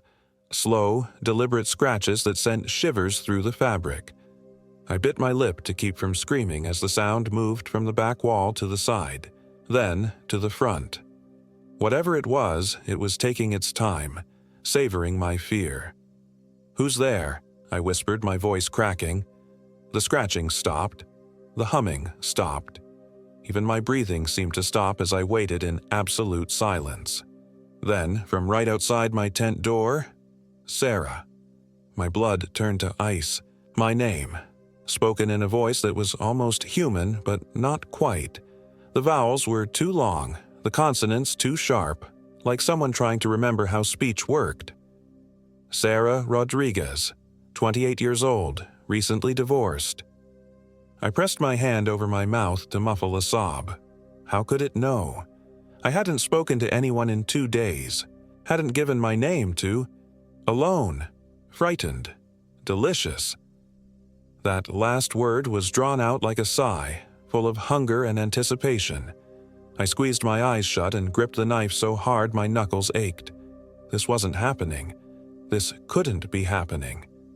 The scratching resumed, more urgent now. Long tears appeared in the tent wall inches from my face. Through the gaps, I caught glimpses of something pale and elongated, too thin to be human. It smelled like rotting meat and copper pennies. I couldn't take it anymore. With a scream that tore from somewhere primal and desperate, I slashed at the tent wall with my knife and burst through the opening into the night. The fire had rekindled itself, flames leaping 6 feet high and casting wild shadows through the aspen grove. But there was nothing there. No creature, no signs of disturbance. Just my shredded tent and the sound of my own ragged breathing. I spent the rest of the night sitting with my back to the fire, knife in one hand, headlamp in the other, spinning at every sound. But dawn came eventually, gray and cold, and with it a kind of exhausted clarity. I had to get out. Whatever was in these mountains, whatever had stalked me through the night, I couldn't face it again. I'd pack my destroyed gear and hike back to the trailhead. Forget the 3rd day. Forget finding myself in nature. Some places weren't meant for humans. But when I tried to fold my tent, I noticed something that made my stomach drop. The tears in the fabric weren't from outside. They were from inside the tent, as if something had clawed its way out. But I'd been inside all night. I'd slashed the wall myself to escape. Hadn't I? My memory felt fuzzy, like trying to remember a dream.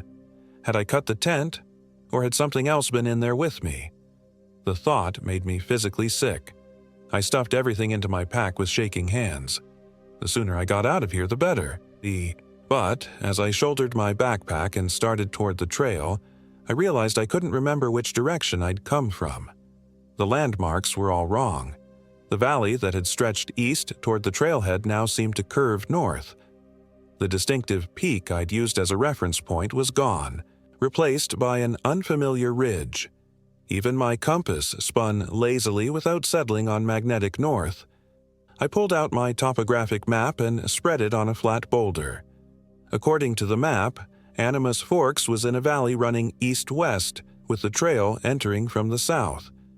But the valley I stood in ran north-south, and the mountains around me didn't match the contour lines at all.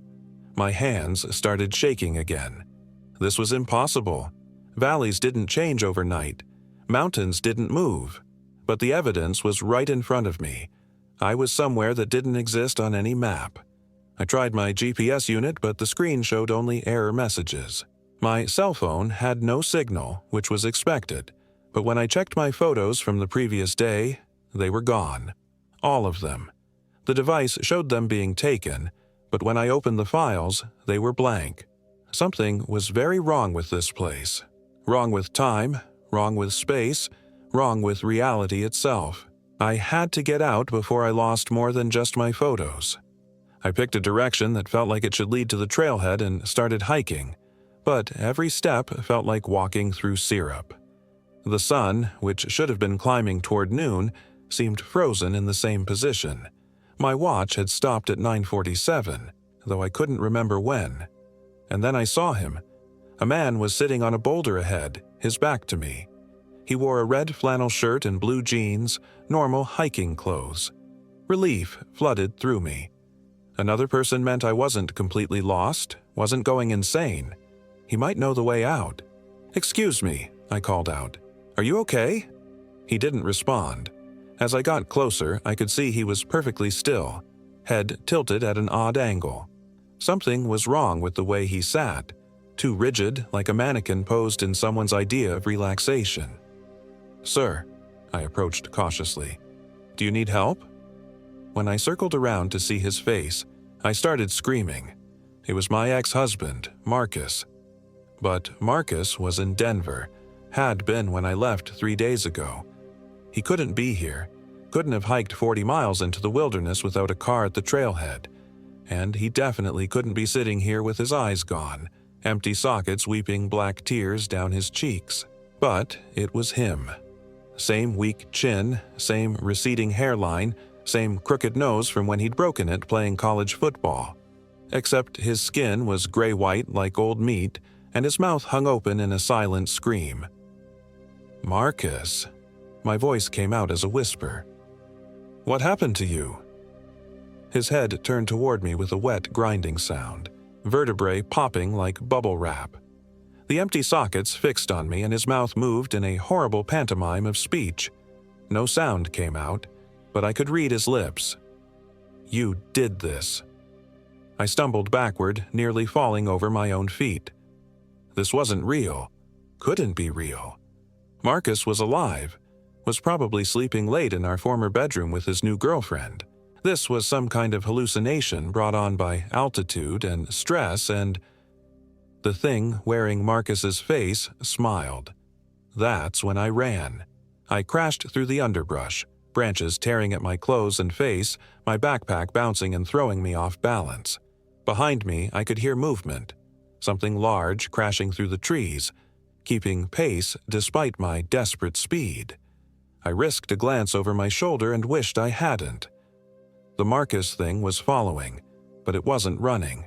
It was moving through the forest like liquid, flowing around trees and over rocks without touching them. Its limbs stretched and contracted like rubber, and where its feet touched the ground, the vegetation withered. The chase went on forever, or maybe only seconds. Time had no meaning in this place. I ran until my lungs burned and my legs felt like jelly, but I couldn't seem to get away. The forest stretched endlessly in all directions, trees repeating in patterns that made my eyes water. Finally, I collapsed behind a fallen log, chest heaving, tasting blood. The sounds of pursuit had stopped. Carefully, I peered over the log. Nothing. Just forest and shadows and the oppressive silence that seemed to follow me everywhere in this cursed place. But carved into the trunk of the nearest pine, still bleeding sap, were words. "You can't leave." I ran again. This time I didn't stop until I reached a clearing I didn't recognize. In the center stood a cabin that definitely hadn't been there before. New logs, fresh chinking, smoke rising from a stone chimney. Light glowed warmly in the windows, and I could smell coffee and bacon cooking. My rational mind screamed warnings, but I was beyond rational thought. I was lost, being stalked by something impossible, and this cabin represented safety, warmth, human contact. I stumbled to the door and knocked. "Come in," called a woman's voice. "We've been waiting for you." The door opened at my touch. Inside, the cabin was cozy and normal. Braided rugs, quilted furniture, family photos on the mantel. A woman stood at the stove, her back to me. She was small and elderly, gray hair in a neat bun, wearing a floral house dress. "Sarah, dear," she said without turning around. "You look terrible. Sit down and I'll fix you something to eat." My legs gave out and I sank into a chair by the kitchen table. The woman set a plate in front of me. Scrambled eggs, bacon, hash browns. It smelled amazing, and I realized I hadn't eaten since yesterday morning. "How do you know my name?" I asked, though I was already reaching for the fork. "Oh, honey, everyone knows your name around here." She turned to face me, and I dropped the fork with a clatter. It was my mother. But my mother had been dead for 5 years, killed in a car accident outside Phoenix. I'd identified the body myself, had scattered her ashes in Sedona like she'd wanted. "Mom?" The word came out broken. "Eat up, sweetheart. Your skin and bones." Her face was exactly as I remembered. Kind eyes, gentle smile, the small scar on her chin from when she'd fallen off her bike as a child. But her skin had the same gray pallor as the Marcus thing, and when she smiled, her teeth were too long. "You're not real," I whispered. "You're dead. I buried you." "Death is just another kind of journey, Sarah, like the one you're on now." She sat across from me, reaching out to pat my hand.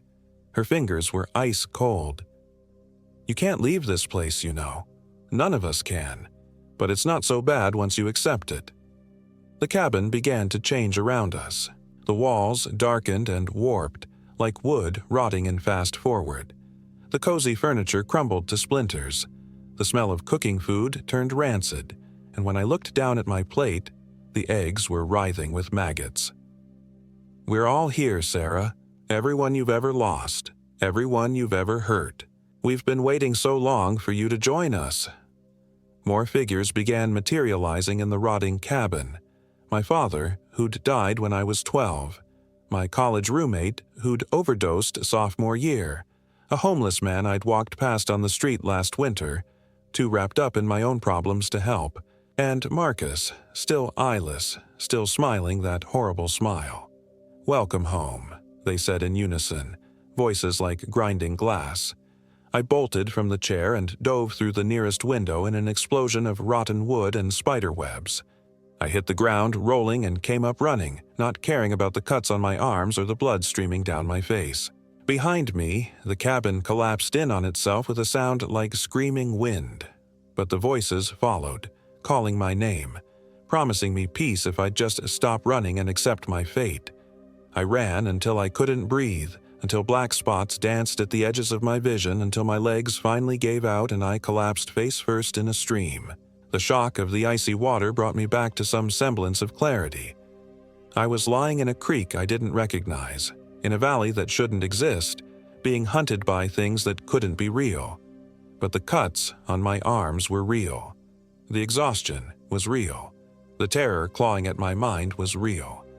I dragged myself to the bank and took inventory. My backpack was gone. When had I lost it? My clothes were torn and bloody. My watch had stopped and the sun was still in the same position it had been hours ago. Or was it days? I couldn't tell anymore, but I was alive.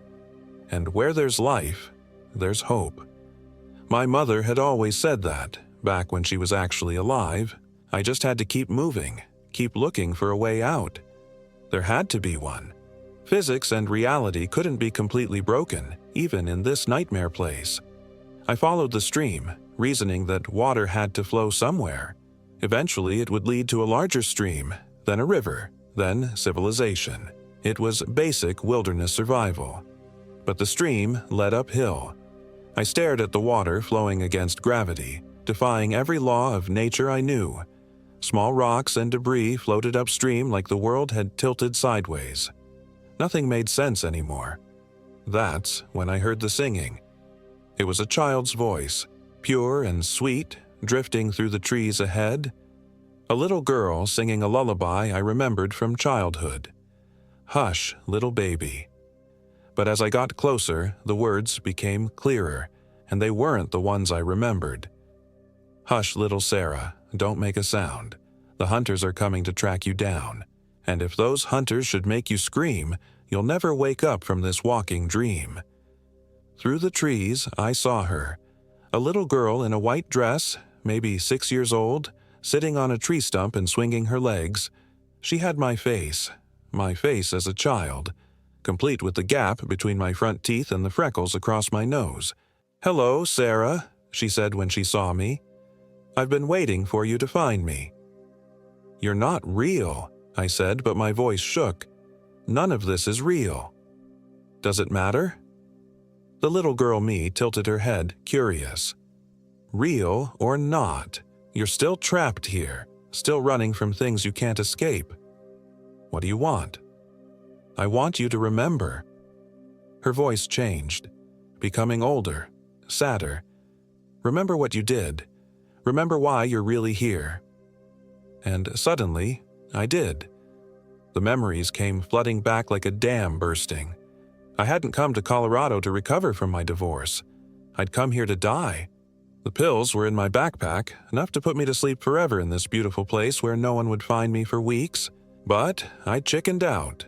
Sat by the lake that first night with the bottle in my hands and couldn't do it. Couldn't take that final step. So I'd thrown the pills in the water and decided to hike out in the morning, to try therapy again, to try living again. But it was too late. The mountains had tasted my despair, my death wish, and they weren't going to let me go.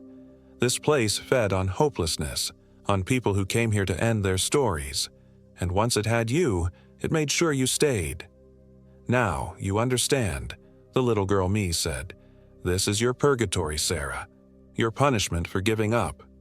You wanted to die in these mountains. And now you'll wander them forever, never dying, never living, just existing in the space between. The truth of it settled over me like a shroud. This was hell, or something close to it. A trap designed specifically for me, using my guilt and fears and memories against me. I could run forever and never escape, because the prison was in my own mind. But as that realization sank in, something else emerged. Anger. I was tired of running, tired of being afraid, tired of being a victim, of Marcus, of my own depression, of whatever cosmic force had trapped me in this place. If I was going to be stuck here forever, I wasn't going down without a fight. No, I said, standing up straighter. I don't accept this. The little girl me frowned. You don't have a choice. There's always a choice. I pulled my knife from my belt. Somehow it was still there, the one solid thing in this shifting nightmare. I chose to live when I threw those pills away. I'm choosing to fight now. The child thing's face twisted with rage. You can't fight us. We are your guilt, your fear, your despair. We are part of you. Then I guess I'll have to cut out the parts of me that don't work anymore. I lunged forward with the knife, aiming for the creature's chest. But instead of flesh, the blade passed through shadow and mist. The little girl me laughed, a sound like breaking glass. You can't kill what's already dead, Sarah. You can't fight what lives inside your own head. But the knife felt real in my hand. And if this place operated on dream logic, on the rules of nightmare and imagination, then maybe belief was enough. Maybe faith in my own agency could break the chains. I closed my eyes and thought about sunlight, about the warmth on my face that first morning by the lake, before everything went wrong, about the choice I'd made to keep living, even when it hurt, about the woman I wanted to be, strong, independent, unafraid. When I opened my eyes, the forest had changed. The trees were green and alive again, birds singing in their branches. The stream flowed downhill like it should. The sun had moved from its frozen position and was beginning to set behind the peaks, painting the sky in shades of orange and pink. The little girl me was gone. So were the voices calling my name, the oppressive silence, the wrongness that had permeated everything. This was just a forest again, beautiful and natural and normal. But I wasn't out yet. I could feel the malevolent presence lurking at the edges, waiting for my resolve to weaken. This was a temporary victory at best. I followed the stream as it wound through the valley, moving as quickly as I dared in the fading light. With each step away from that cursed place, the world became more solid, more real. My compass started working again. My watch began ticking. And then, just as full darkness fell, I saw lights ahead. Electric lights, warm and steady and absolutely mundane. I stumbled toward them and found myself back at the Animus Forks ruins, but the real ruins this time, weathered and empty and exactly where they should be according to my map. A search and rescue team was camped near the old hotel foundation, their vehicles parked on a rough track I hadn't noticed before. They'd been looking for me. Sarah Rodriguez, one of the rescuers, a middle-aged man with a kind face, approached me carefully. "We've been searching for 3 days. Your car was at the trailhead, but there was no sign of you." 3 days. It had felt like weeks in that place, or maybe minutes. Time had no meaning there. "I got lost," I said, which was true enough. My compass stopped working. They wrapped me in a thermal blanket and gave me hot soup from a thermos. As I sat in their circle of artificial light, surrounded by the sounds of radios and normal human conversation, the nightmare began to feel like just that. A nightmare brought on by altitude and stress and too much time alone with my own dark thoughts. But deep in my backpack, when they returned my gear to me, I found something that made my blood run cold. A bottle of prescription sleeping pills, still sealed, with a note in my own handwriting. For when the pain becomes too much. I'd thrown those pills in the lake. I remembered doing it, remembered the splash they made in the moonlight. But here they were, like the mountains themselves were giving me one last chance to choose. I palmed the bottle while the rescuers weren't looking and slipped it into my jacket pocket. Then, when I was sure no one was watching, I crushed it under a rock and scattered the pills in the dirt where they'd never hurt anyone. The mountains watched me do it. I could feel their attention like cold breath on the back of my neck. But they didn't stop me. Maybe they couldn't. Maybe the choice really was mine after all. That was 3 months ago. I'm back in Denver now, seeing Dr. Chen twice a week and taking antidepressants that actually help. I've started hiking again, but never alone, and never in the San Juan Mountains. Some places are better left unvisited, but sometimes late at night I still hear that humming, still see movement in my peripheral vision that vanishes when I turn to look. The mountains marked me, claimed a piece of me that I'll never get back. And sometimes I wonder if I really escaped at all, or if I'm still wandering that cursed valley, believing I got out while my body withers away beside some nameless creek. But then morning comes, and I make coffee, and I choose to live another day. Whatever happened to me in that place, whatever cosmic horror I brushed against, I survived it. I'm still here, still fighting, still choosing hope over despair. That has to count for something, even if the mountains are still calling my name.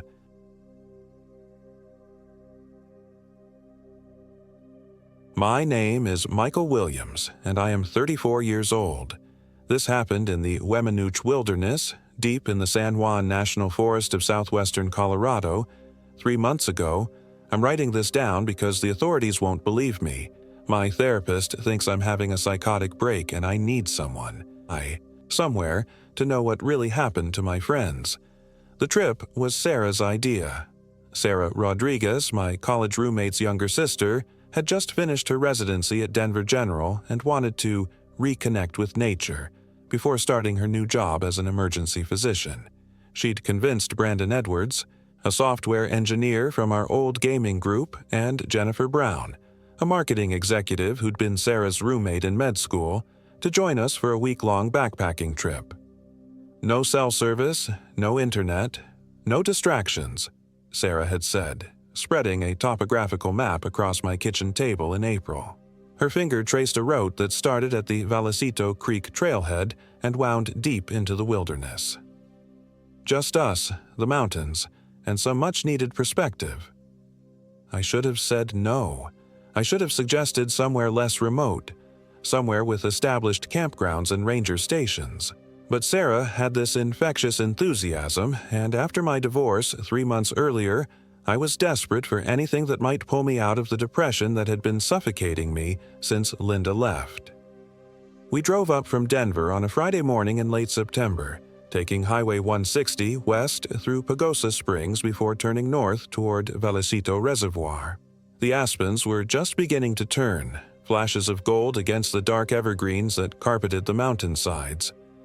Brandon, riding shotgun in my Jeep, kept pointing out wildlife with the excitement of someone who rarely left the city. "Look, a hawk," he'd say, or "Was that an elk?" His enthusiasm was endearing, though I worried about how he'd handle the more challenging aspects of wilderness camping. Jennifer and Sarah followed in Sarah's Honda, loaded with enough gear for a small expedition. Sarah had insisted we bring proper equipment: four-season tents, sleeping bags rated for temperatures down to 15 degrees, water purification tablets, emergency beacons, enough food for 10 days even though we'd only planned to stay 7. The trailhead parking area was nearly empty when we arrived around noon. A Forest Service bulletin board displayed warnings about bear activity and reminded hikers to register their intended route. Sarah filled out the paperwork while Brandon and I shouldered our packs. Jennifer stood at the edge of the parking lot, staring up at the towering peaks that surrounded us. "It's so quiet," she said, and I noticed something odd in her voice. Not awe, but unease. The trail started gently, following Vallecito Creek through meadows dotted with wildflowers. For the first few hours we chatted and laughed, stopping frequently to take photos and admire the scenery. Brandon struggled with his pack. He'd overpacked despite our advice, but maintained good spirits. Around mile marker 4, the trail began to climb more steeply. The forest grew denser, the sunlight filtered through thick canopies of spruce and fir. Our conversation became more sporadic as we focused on the demanding terrain. That's when I first noticed something was wrong. It started with the silence. Not the peaceful quiet Jennifer had remarked on at the trailhead, but an oppressive absence of sound. No bird calls, no rustling of small animals in the underbrush, no buzz of insects. Even our footsteps seemed muffled, as if the forest itself was holding its breath. "Is it just me, or does something feel off?" Jennifer whispered during one of our rest stops. Sarah, consulting her GPS unit, frowned. "That's weird. This thing is showing us about half a mile off the trail, but we haven't left the path." Brandon pulled out his phone, though we all knew there was no cell service this deep in the wilderness. "Mine's acting up too. The compass app keeps spinning." I checked my own GPS unit, an expensive Garmin I'd bought specifically for this trip. The screen flickered between different readings, none of which matched our known position. "Electronics can be finicky in the mountains," I said, though I'd never experienced anything like this before. "Let's stick to the map and compass." We pressed on, but the wrongness seemed to grow with each mile. The trail, clearly marked on our topographical maps, became increasingly difficult to follow. Blazes on trees appeared in the wrong places, sometimes leading us toward steep drop-offs or dense thickets. More than once we had to backtrack when the path simply vanished. By the time we reached our planned campsite, a small clearing beside a tributary stream about 8 miles from the trailhead, the sun was setting much faster than it should have been. According to my watch, it was only 4:30 p.m., but the light had the quality of early evening. "Maybe the battery's dying," Brandon said when I mentioned the time discrepancy, but his own watch showed the same impossible reading. We set up camp in tense silence.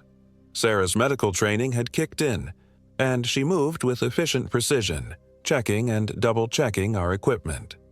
Jennifer helped me gather firewood while Brandon struggled with his tent. The wood was all wrong. Pieces that should have been dry felt damp to the touch, while logs that looked saturated with moisture crackled like tinder. Worse, every piece we collected seemed to have strange markings, parallel scratches that looked almost like claw marks, though they were too large and too precisely spaced to be from any animal I knew. When I tried to light the fire, the flames kept changing color. What should have been the normal orange-yellow of burning pine flickered between deep purple and sickly green. The smoke smelled wrong, too. Not the clean scent of wood smoke, but something acrid and organic, like burning hair. "There must be some kind of mineral deposit in the wood," Sarah said, but her voice lacked conviction. We managed to heat some freeze-dried meals over our camping stoves, though none of us had much appetite. The food tasted metallic, and every sound seemed amplified in the unnatural quiet of the forest. When Brandon accidentally dropped his metal cup, The clatter echoed for far longer than it should have. As darkness fell, the wrongness intensified. Our headlamps cast strange shadows that seemed to move independently of their sources. When Jennifer swept her light across the tree line, I could have sworn I saw something large and pale duck behind a massive spruce, but when I pointed it out, there was nothing there. We tried to maintain normal conversation, but our voices sounded hollow and distant, as if we were speaking across a vast space rather than sitting around a small campfire. "So," Brandon said, making an obvious effort to lighten the mood, "anyone remember that ghost story competition we had back in college?" "This isn't the time," Jennifer snapped, then immediately looked embarrassed. "Sorry, this place is giving me the creeps." Sarah, who had been unusually quiet since we'd made camp, suddenly stood up. "I need to check something." She walked to the edge of our small clearing and pointed her flashlight into the forest. "There's something out there. I can feel it watching us." We all strained to listen, but the silence was absolute. Not even the sound of wind in the trees. "We should sleep in shifts," I said, "just to be safe." None of us slept well that first night. Even during the designated watch periods, the person on duty would often wake the others to report strange sounds. Footsteps circling our camp, something large breathing just beyond the reach of our lights, voices calling from the darkness that sounded almost, but not quite, like our own. Morning brought little relief. When I unzipped my tent, I found our campsite covered with tracks, human footprints that circled our tents over and over, always staying just at the edge of the light from our dying fire. But these weren't normal prints. They were too long, too narrow, and where the toes should have been, there were deep gouges in the earth. Brandon emerged from his tent, pale and shaking. "Did anyone else hear the scratching?" he asked. When we looked confused, he pointed to the side of his tent. 4 parallel tiers ran from the roof to the ground, too clean and precise to be accidental damage. Jennifer's sleeping bag was found empty, unzipped from the inside, though she was standing right next to us. She had no memory of leaving it during the night. "We should go back," Jennifer said, her voice barely above a whisper. But when we consulted our maps, we couldn't agree on where we were. Each of us remembered taking a different route to reach this campsite, and our compasses pointed in different directions. The GPS units had stopped working entirely, their screens showing only static. Sarah, with the stubborn determination that had gotten her through medical school, insisted we press on. "We're just letting the isolation get to us," she said. "Mild altitude sickness, maybe some group anxiety. It happens to backpackers all the time." But her hands were shaking as she packed her gear. The second day's hike was a nightmare of wrong turns and impossible geography. Trails that should have led uphill took us into valleys that didn't exist on our maps. Streams flowed upward. We passed the same distinctive rock formation 4 times, approaching it from different directions each time. Brandon was struggling more than the rest of us.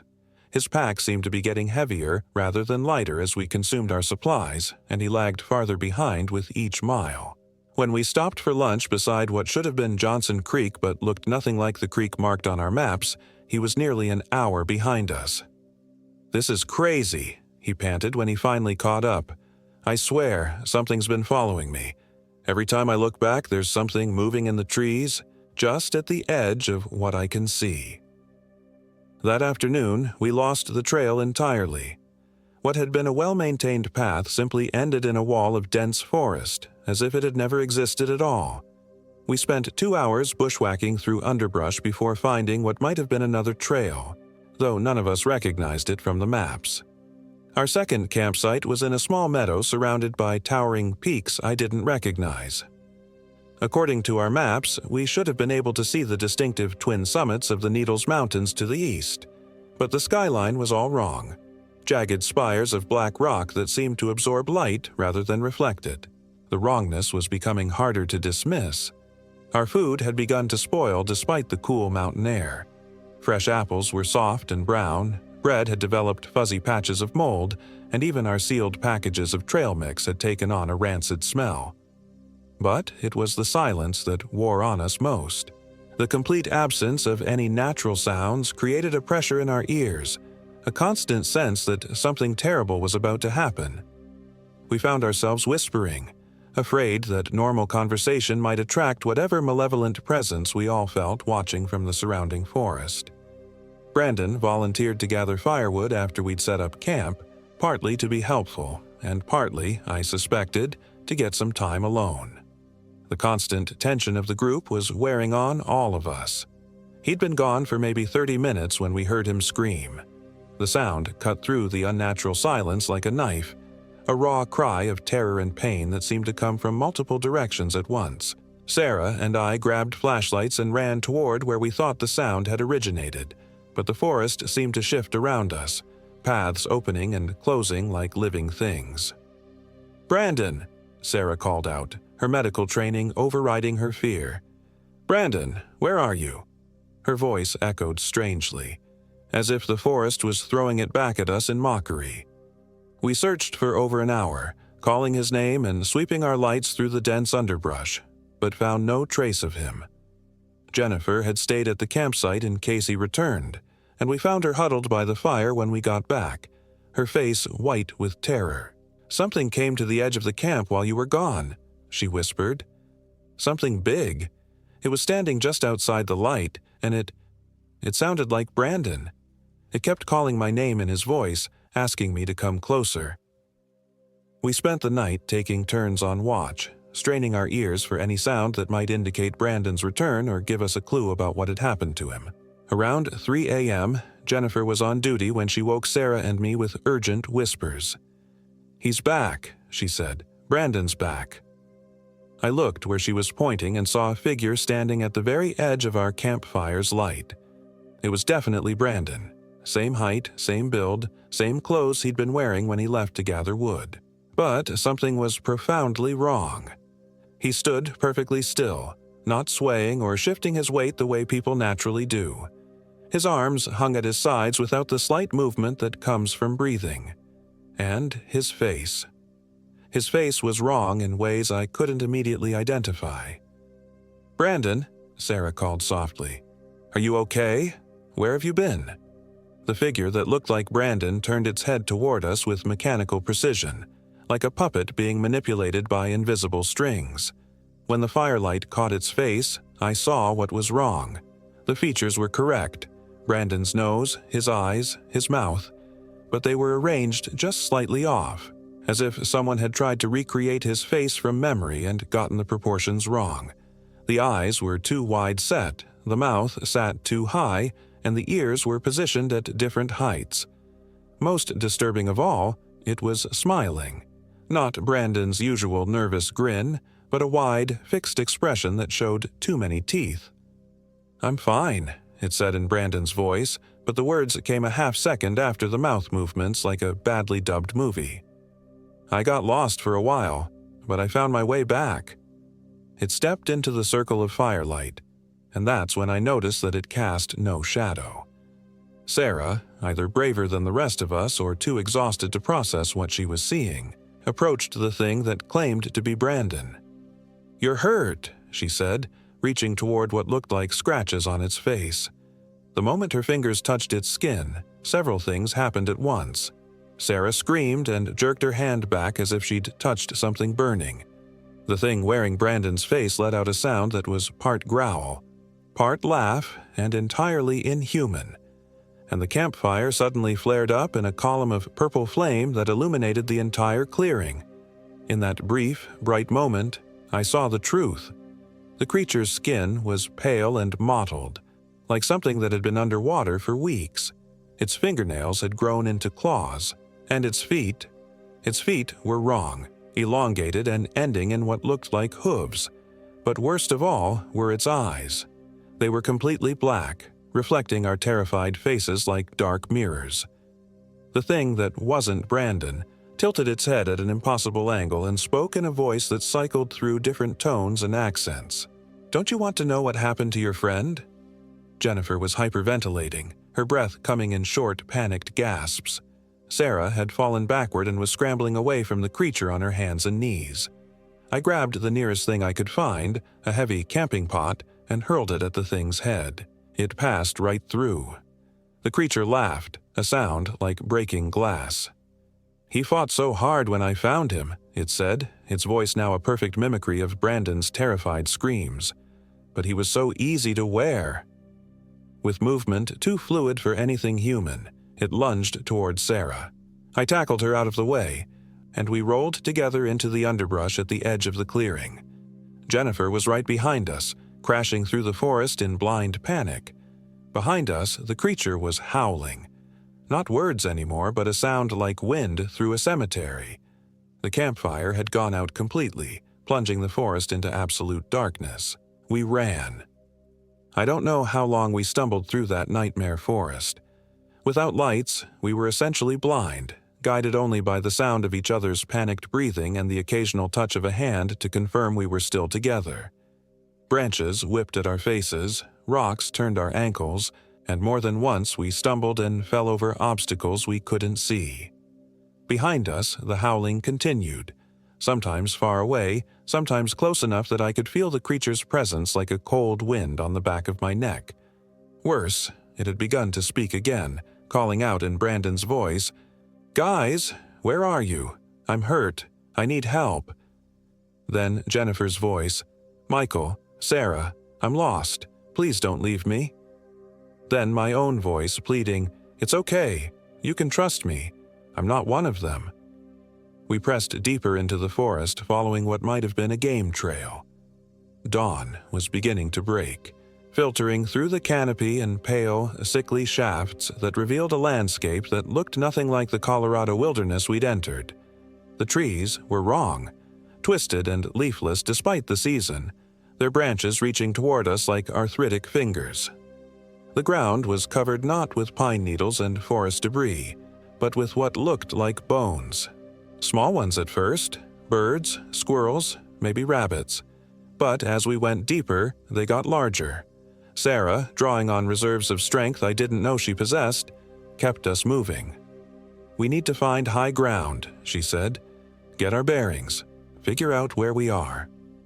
But every hill we climbed led to another valley. Every valley led to another forest, and nothing looked familiar. It was as if we'd stepped through some invisible boundary into a place that existed parallel to the world we knew. Around midday, exhausted and dehydrated, we found what looked like an abandoned cabin in a small clearing. The structure was old, really old, built from logs that had weathered to the color of bone. The windows were dark and the door hung open on rusted hinges. "We shouldn't go in there," Jennifer said, and I agreed. Every horror movie we'd ever seen had taught us that abandoned buildings in the middle of nowhere were never good news.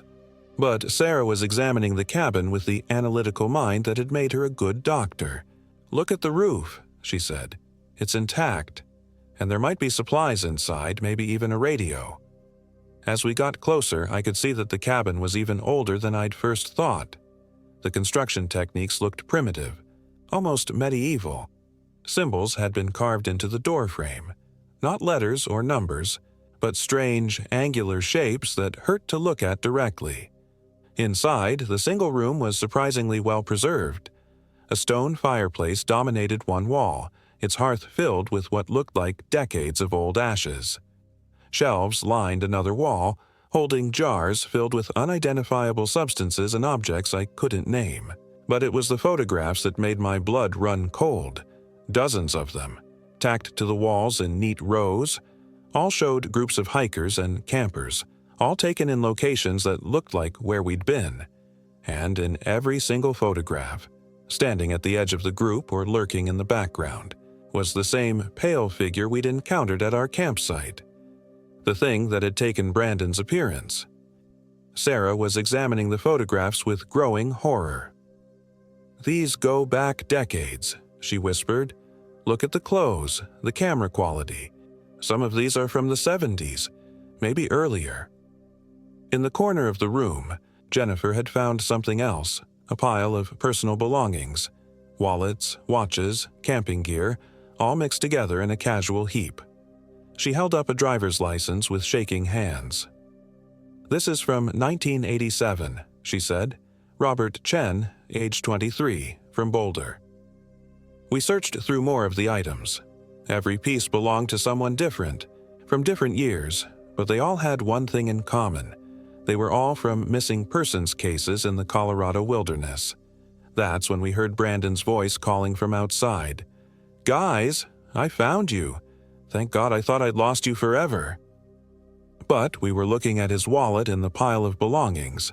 The thing outside was getting closer, its footsteps, if they could be called footsteps, making the old cabin floorboards vibrate.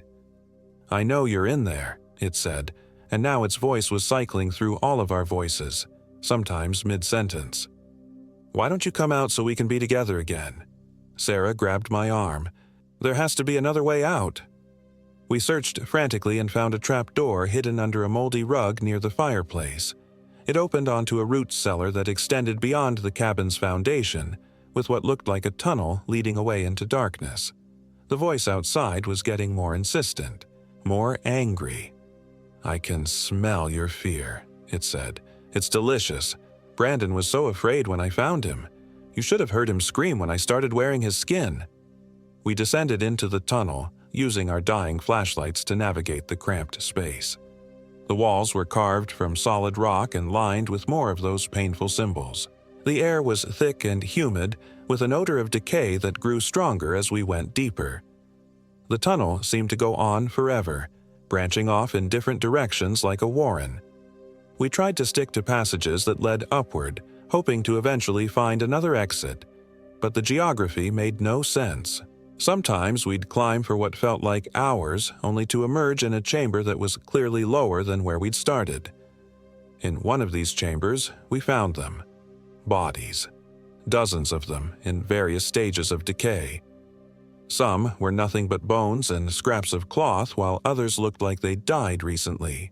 All had been arranged in neat rows, their hands folded across their chests like they were sleeping. But what made the scene truly horrific was that many of the bodies were incomplete. Missing pieces, arms, legs, sections of torso that had been removed with surgical precision. And scattered among the bodies were things that weren't quite human, pale and elongated with too many joints in their limbs. Jennifer was sobbing now, the sound echoing through the chamber. Sarah had gone into clinical mode, examining the bodies with the detached professionalism of her medical training. "These aren't random killings," she said quietly. "This is systematic, methodical. And some of these bodies, they're not human. At least, not anymore." We found Brandon in the far corner of the chamber. What was left of him, anyway. His face had been removed with careful precision, along with sections of skin from his arms and torso. But he was still alive, barely, his eyes tracking our movement when we approached. "Kill me," he whispered through lips that were mostly gone. Sarah knelt beside him, her hands moving automatically to check for vital signs. "Jesus Christ," she breathed. "How is he still alive?" Before any of us could answer, we heard something moving in the tunnel behind us. The scraping sound of something large dragging itself across stone, accompanied by a wet, slithering noise that seemed to come from multiple sources. And voices. Dozens of them, all calling our names in tones of false friendship and concern. "We need to move," I said, but Sarah was still examining Brandon. "I can't leave him like this," she said. "You have to," Jennifer said, grabbing Sarah's arm. "He's beyond help." The sounds were getting closer. Whatever was coming for us was large enough to fill the entire tunnel. Sarah looked at Brandon's destroyed face one more time, then did something I'll never forget. She pulled a small emergency syringe from her medical kit, something she'd brought in case of severe allergic reactions, and injected the entire contents into Brandon's neck. "Morphine," she said simply, enough to stop the pain permanently. We ran deeper into the chamber complex, following passages that seemed to twist back on themselves. Behind us, the sounds of pursuit grew louder. Not just one creature now, but many, moving with purpose through the tunnels. We were completely lost, running through a maze of carved stone that extended far beyond what should have been possible in this mountainside. Some chambers contained more bodies. Others held equipment and belongings spanning decades of missing persons. In one room, we found detailed journals written by previous victims, documenting their experiences with the creatures. The entries were terrifyingly consistent. Groups of hikers would enter the wilderness and gradually become aware that something was wrong.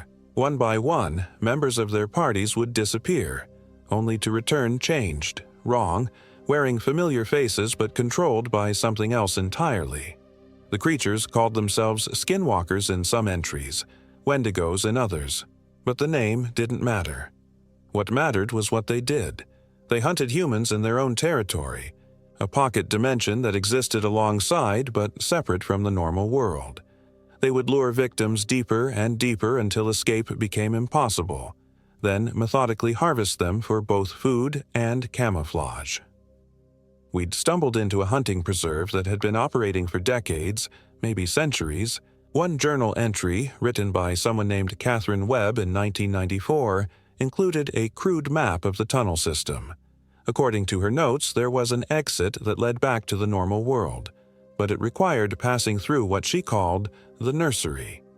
We had no choice but to try. The nursery was exactly what it sounds like. A vast chamber filled with creatures in various stages of development. Some were small and pale, barely recognizable as having once been human. Others were larger, their features shifting and flowing like wet clay as they practiced wearing different faces. They were all feeding. The feeding process was worse than anything I could have imagined. The creatures would attach themselves to living humans like parasites, slowly absorbing not just flesh and blood, but memories, personalities, entire identities. Their victims remained conscious throughout the process, aware of what was happening but unable to resist. We could hear them whimpering as we snuck along the edge of the chamber, trying to stay in the shadows. Some called out to us, recognizing us as potential rescuers, but we couldn't help them without alerting the feeding creatures to our presence. Near the far end of the chamber, we found the exit Catherine Webb had written about, a narrow passage that led upward toward what looked like natural light. But guarding it was the largest creature we'd seen yet, something that had absorbed so many victims over the years that it barely retained any human characteristics. Sarah had been growing quieter as we'd moved through the chambers, and now I realized why. She'd been bitten during our escape from the cabin, and the wound was changing, spreading up her arm in dark tendrils that looked almost like veins. "I can feel it," she whispered. "It's in my head, trying to get in." The creature guarding the exit turned toward us, its multiple faces cycling through expressions of hunger and anticipation. It spoke in a chorus of voices, all the people it had consumed over the years. "You can't leave," it said. "You're part of us now. You'll always be part of us." Sarah looked at Jennifer and me with eyes that were already starting to change, the pupils expanding to fill the entire iris. "Run," she said. "I'll hold it off." Before we could stop her, she charged the creature with a scream that contained both her own voice and something else, something that was trying to use her vocal cords. The two forms collided in a tangle of limbs and teeth and things that weren't quite either. Jennifer and I ran for the passage, scrambling up a steep incline of loose rock toward the growing patch of daylight above. Behind us, the sounds of combat grew more intense, then gradually faded. We emerged from the cave system onto a mountainside I actually recognized, the eastern slope of Engineer Mountain, about 15 miles from where we'd originally planned to end our hike. The sun was setting, painting the peaks around us in shades of gold and red that looked almost normal after the horrors we'd witnessed. Jennifer collapsed the moment we reached the surface, her body finally giving in to exhaustion and trauma. I carried her the last few miles to the trailhead, where we flagged down a passing ranger. The official report lists Brandon Edwards and Sarah Rodriguez as missing, presumed dead due to exposure and hypothermia. The search teams found no trace of our campsite, no sign of the cabin with its horrible photographs, no entrance to the cave system where we'd fought for our lives. Jennifer and I were treated for severe dehydration and exposure, along with what the doctors called trauma-induced psychosis. Jennifer never spoke about what happened in the wilderness. 6 weeks after our rescue, she was found dead in her apartment from what the coroner ruled a drug overdose, though she'd never used drugs in her life. I know what really happened to her. I know because I see it in my own reflection sometimes. The way my features occasionally shift when I'm not paying attention. The way my shadow doesn't always match my movements. The way I sometimes catch myself smiling too wide and showing too many teeth. The creatures didn't just let us go. They let us carry pieces of them back into the world. I've tried to stay away from other people, tried to isolate myself so I can't hurt anyone when the thing inside me finally takes complete control. But I can feel it getting stronger every day, learning more about how to be human by watching me. Sometimes I wake up in the morning and find dirt under my fingernails, though I haven't been outside. Sometimes I find photographs on my phone of places I don't remember visiting, pictures of families camping and hiking, potential victims for whatever I'm becoming. The worst part is the hunger, not for food, but for connection, for the warmth and personality and life force of other people. It's getting harder to resist, harder to remember why I should resist. I'm writing this down as a warning, though I doubt anyone will believe it. The Weminuche Wilderness is still open to hikers and campers. The Forest Service still issues permits for that area. And somewhere out there, in a place that exists just slightly left of reality, something is still hunting. If you're planning to visit the San Juan National Forest, if you're thinking about a nice backpacking trip into the remote wilderness, do yourself a favor. Choose somewhere else. Anywhere else. And if you do go, if you ignore this warning and venture into those mountains, remember one thing. If one of your friends goes missing and comes back acting strange, if they're just a little bit wrong in ways you can't quite identify, don't trust them. Don't trust anyone. Not even yourself. Because I'm writing this warning, but I'm not entirely sure I'm still the person who went into those mountains 3 months ago. The Michael Williams who planned that trip with his friends might be buried in a cave somewhere, slowly feeding something that learned to wear his face. And if that's true, if I'm not who I think I am, then this isn't really a warning at all. It's an invitation.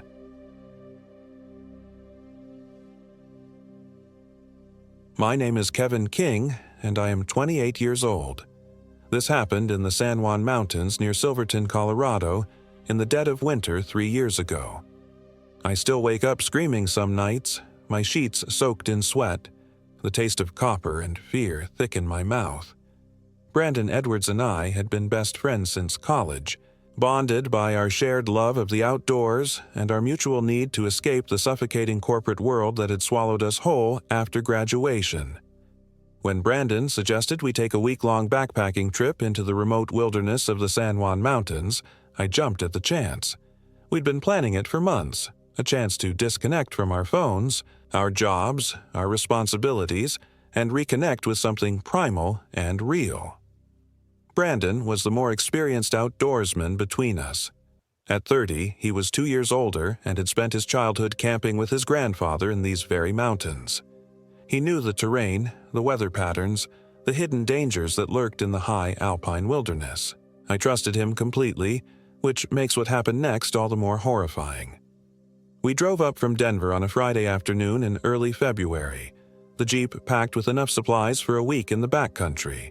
The plan was simple: hike into the Needle Mountains via the Animas River Trail, set up base camp near Chicago Basin, and spend our days exploring the untouched wilderness that stretched for miles in every direction.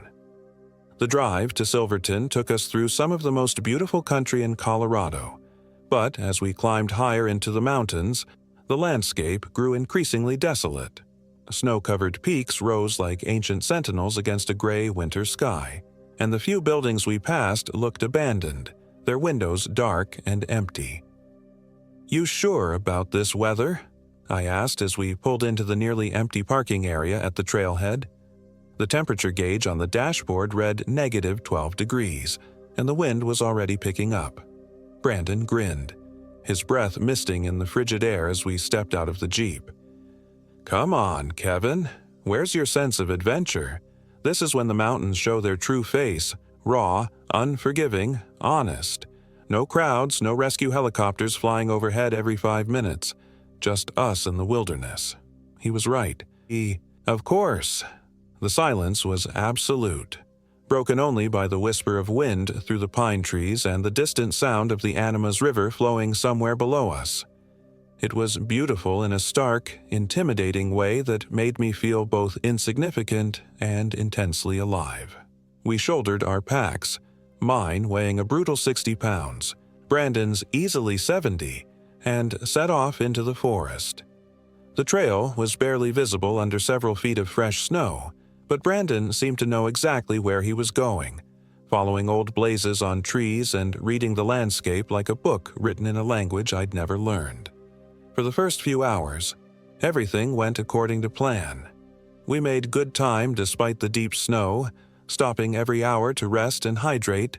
Brandon regaled me with stories of his childhood adventures in these mountains, tales of his grandfather teaching him to track deer and identify edible plants, to read weather patterns in the clouds and find shelter in the most unlikely places.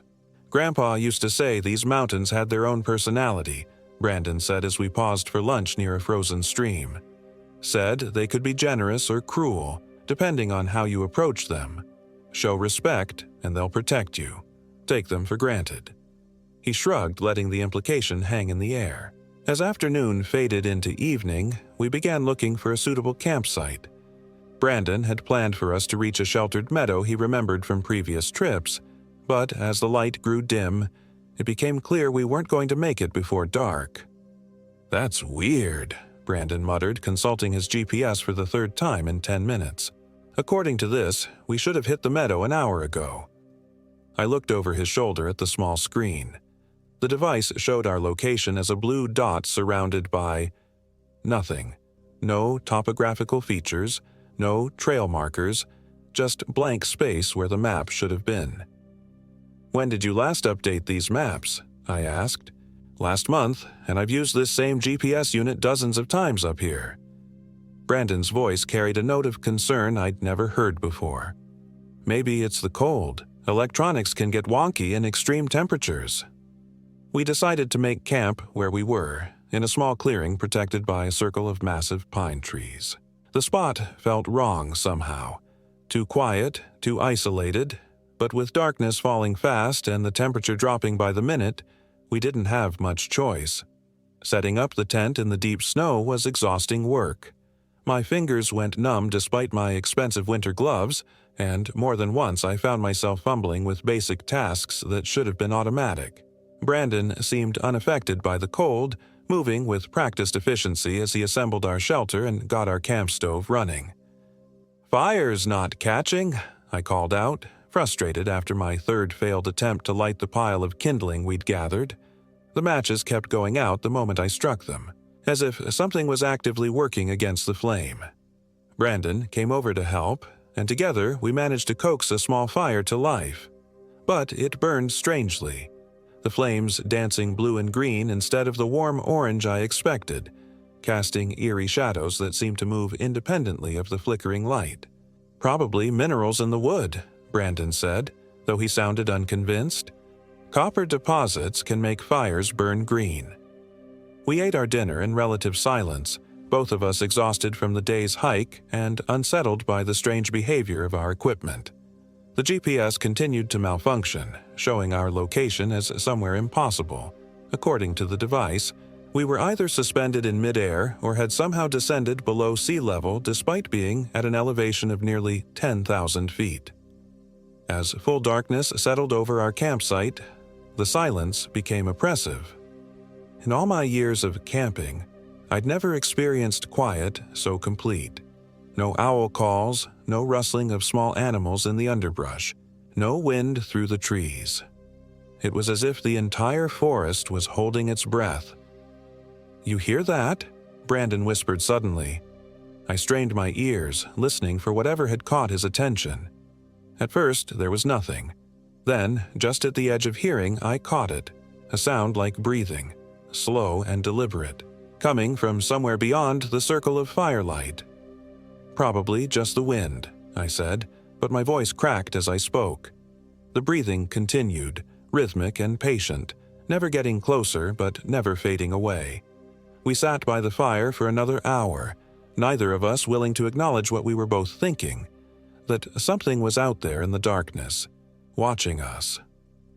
When we finally retreated to our tent, I lay awake for hours listening to that steady, impossible breathing.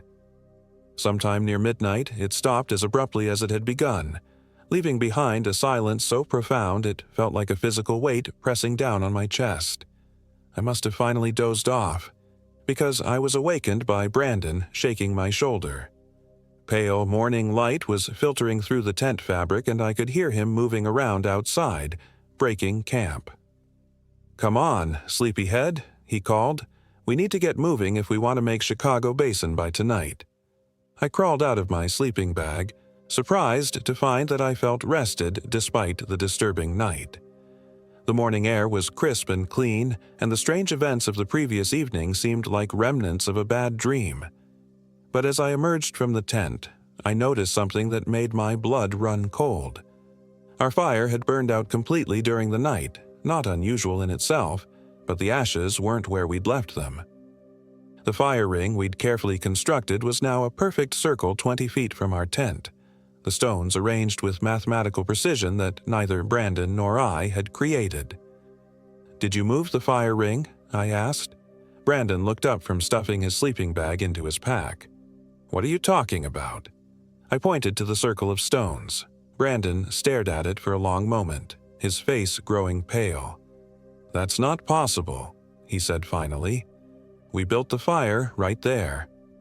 He pointed to a spot near our tent where only a few scattered ashes remained. We stood there in the growing daylight, trying to make sense of what we were seeing. There was no logical explanation for how several large stones had moved themselves 20 feet without leaving any tracks in the snow, or how our fire had apparently relocated itself during the night. "Maybe we're both just tired," Brandon said, but his voice lacked conviction. "Let's get out of here." We broke camp quickly, both of us eager to put distance between ourselves and that unsettling clearing. But as we shouldered our packs and prepared to leave, I noticed something else that sent a chill down my spine. Our footprints from the previous day, the clear trail we'd left in the snow as we approached the campsite, were gone. Not covered by new snow, which would have left obvious drifts and patterns, but simply erased, as if we'd never walked that way at all. The second day of hiking was worse than the first. Not physically, the terrain was actually easier, following a gentle slope down toward the Animas River, but psychologically, everything felt wrong. The forest was too quiet, the shadows too deep, the very air too still. Our GPS remained useless, showing our location as somewhere impossible or simply displaying a blank screen. Brandon's compass, which he'd relied on for years, spun wildly without settling on any consistent direction. Even our paper maps seemed to have changed overnight. Trails that Brandon swore had been clearly marked now appeared to lead nowhere, and landmarks he remembered from previous trips were simply missing. "I don't understand it," Brandon muttered as we stopped for lunch beside a frozen creek. "I've hiked this area dozens of times. I know every tree, every rock formation, but nothing looks familiar." I was about to respond when I noticed something moving in my peripheral vision. I turned quickly but saw only empty forest stretching away into shadows. Still, the feeling of being watched was so intense it made my skin crawl. "Brandon," I said quietly, "I think something's following us." He looked up sharply from his map. "What kind of something?" "I don't know. I keep seeing movement out of the corner of my eye, but when I look directly, there's nothing there." We sat in silence for several minutes, both of us scanning the tree line for any sign of movement. The forest remained stubbornly empty, but the sensation of being observed never faded. As we prepared to resume hiking, I heard it again, that slow, deliberate breathing from the night before. But this time it was coming from multiple directions, as if we were surrounded by unseen watchers. "We need to get out of here," I said. Brandon nodded grimly. "Chicago Basin is still our best bet. There's an old mining cabin up there where we can hole up if we need to." but as the afternoon wore on, it became increasingly clear that we weren't going to reach Chicago Basin. Despite hiking for hours, we seemed to be covering no ground at all. Landmarks we'd passed in the morning would reappear ahead of us as if we were walking in circles.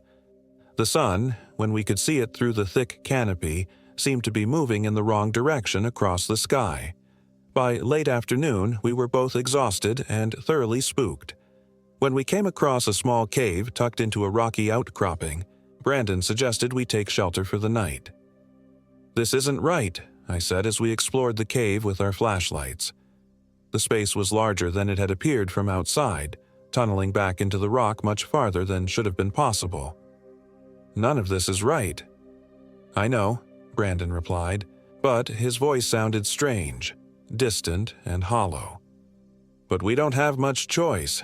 It's going to be dark soon, and we can't keep wandering around out there." We set up our sleeping bags near the cave entrance where we could keep watch on the forest outside. As darkness fell, I built a small fire using wood we'd gathered before entering the cave. This time, the flames burned normally, casting warm orange light on the cave walls. For a while, we sat in companionable silence, both of us lost in thought. Then Brandon spoke, his voice soft and contemplative.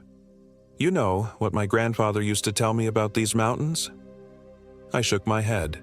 He said there were things up here that were old when the world was young, things that had been sleeping in the deep places, waiting for the right conditions to wake up. He said the Ute tribes that lived here before the white settlers knew about them had stories and rituals to keep them quiet.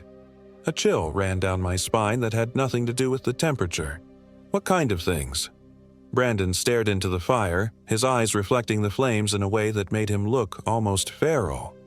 "Hungry things. Things that wore the shapes of men but had forgotten what it meant to be human."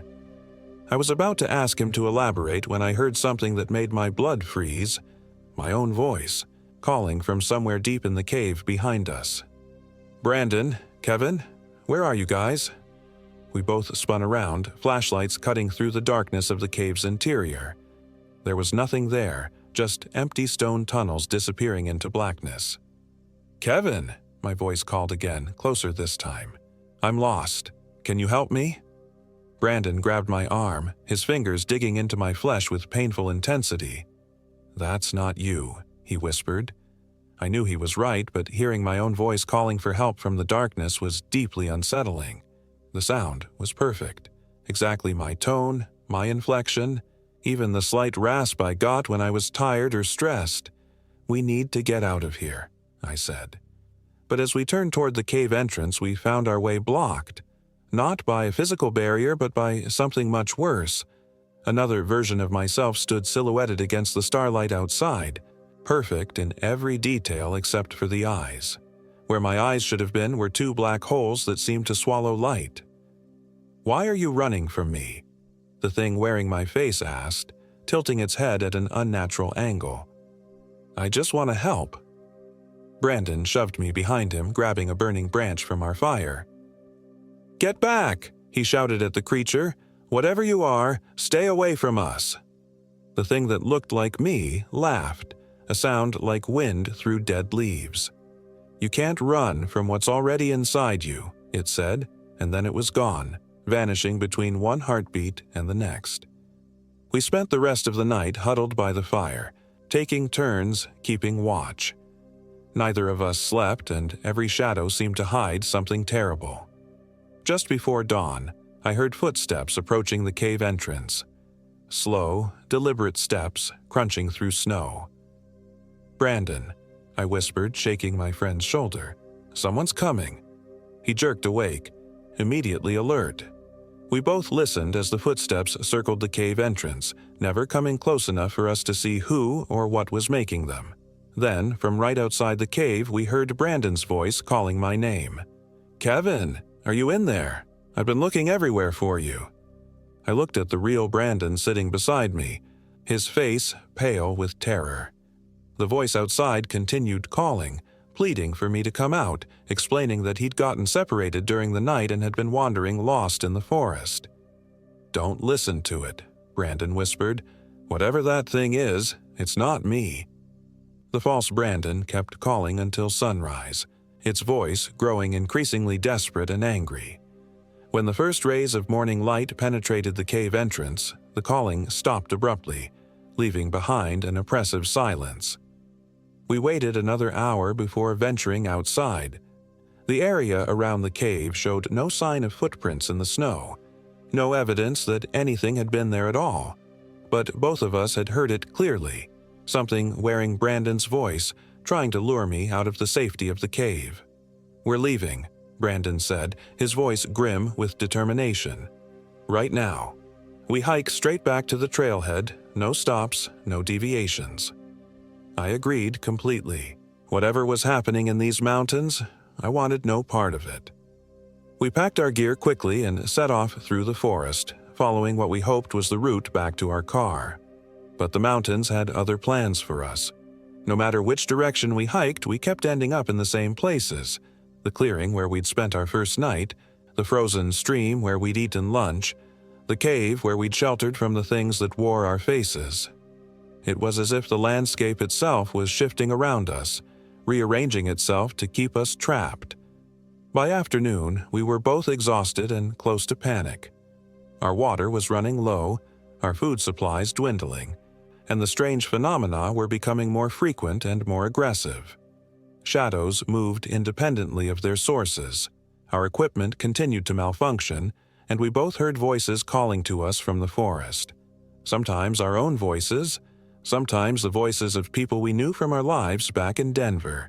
It was Brandon who first suggested that we were dealing with something supernatural. "This isn't just getting lost," he said as we sat beside yet another inexplicably relocated campfire. "The land itself is working against us. The stories my grandfather told me, I think they were more than just stories." "What are you saying?" Brandon's face was haggard, his eyes sunken with exhaustion and fear. "I think something woke up when we came into these mountains. Something that's been sleeping for a long time." That night, we didn't even bother setting up the tent. We built a large fire and sat back to back, weapons ready.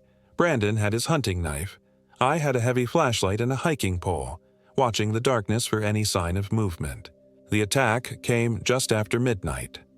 I saw it first, a pale shape moving through the trees at the edge of our firelight. It was tall and impossibly thin, with limbs that bent in ways that human joints couldn't accommodate. Its face was a shifting amalgamation of features I recognized, sometimes mine, sometimes Brandon's, sometimes strangers whose identities flickered through my memory like half-remembered nightmares. "Brandon," I whispered, but when I turned around, my friend was gone. I was alone by the fire, surrounded by darkness that seemed to pulse with malevolent intent. The creature at the edge of the light opened its mouth, a mouth that was too wide, filled with too many teeth, and spoke in Brandon's voice. "Kevin, help me. It's got me. Please, you have to help me." I knew it wasn't really Brandon, but the pleading in the voice was so genuine, so desperate, that I almost stepped toward it. At the last second, common sense prevailed, and I grabbed a burning branch from the fire instead. "Where's Brandon?" I shouted at the thing. "What did you do with him?" The creature laughed, and the sound was like bones breaking. "Brandon is here," it said, and suddenly my friend's face was visible in the darkness behind the creature, pale and terrified. "Brandon is always here now." I lunged toward them with the burning branch, but both figures dissolved into shadow before I could reach them. I spun around wildly, trying to see where they'd gone, but the forest had swallowed them completely. "Brandon!" I screamed into the darkness. "Brandon, where are you?" For the rest of the night, I kept the fire burning and waited for dawn. I heard movement in the forest around me, footsteps, whispered conversations, the sound of something large moving through the underbrush, but I never saw anything clearly. Every few hours I would hear Brandon's voice calling for help from different directions, but I'd learned not to trust anything in this cursed place. When morning finally came, I found Brandon sitting by the fire as if nothing had happened. He looked exactly as he had the day before. Same clothes, same equipment, same tired expression, but something fundamental had changed. His eyes, which had always been warm brown, were now a pale blue that seemed to shift and swirl when the light hit them just right. "Where were you last night?" I asked carefully. Brandon looked confused. "What do you mean? I was right here with you all night.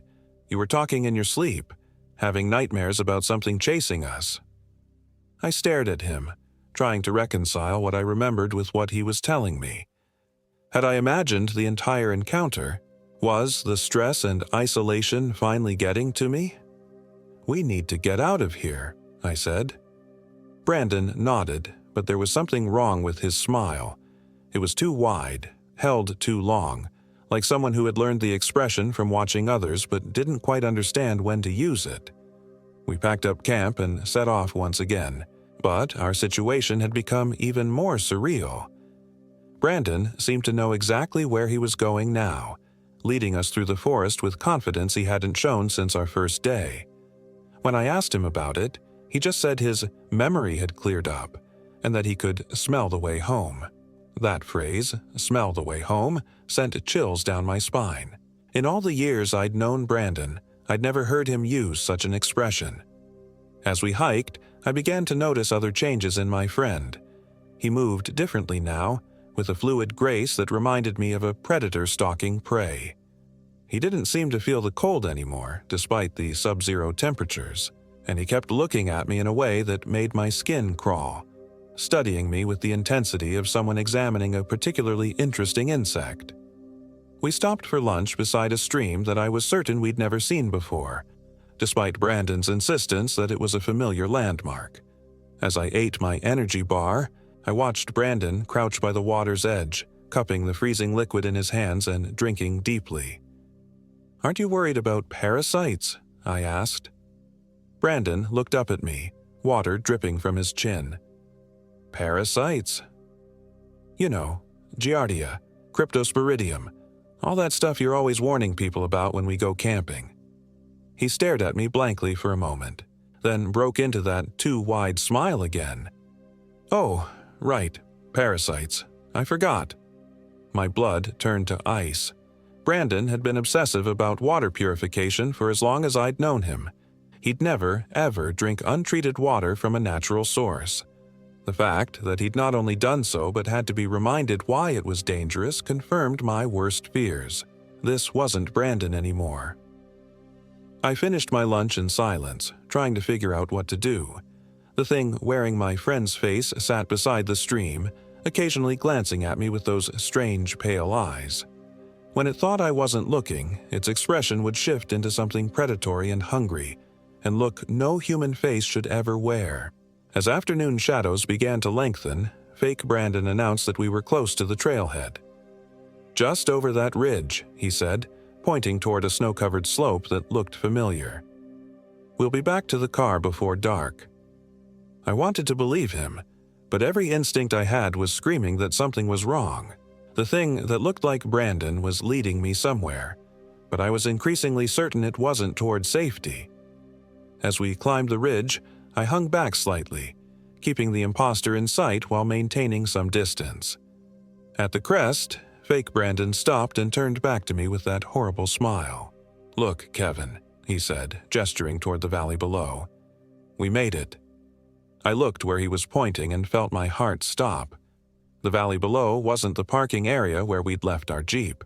Instead, it was a nightmare landscape of twisted trees and impossible shadows, where things that might once have been human moved between the trunks with jerky, unnatural gaits. "That's not the trailhead," I said, backing away from the ridge. The thing wearing Brandon's face turned toward me, and its features began to shift and blur.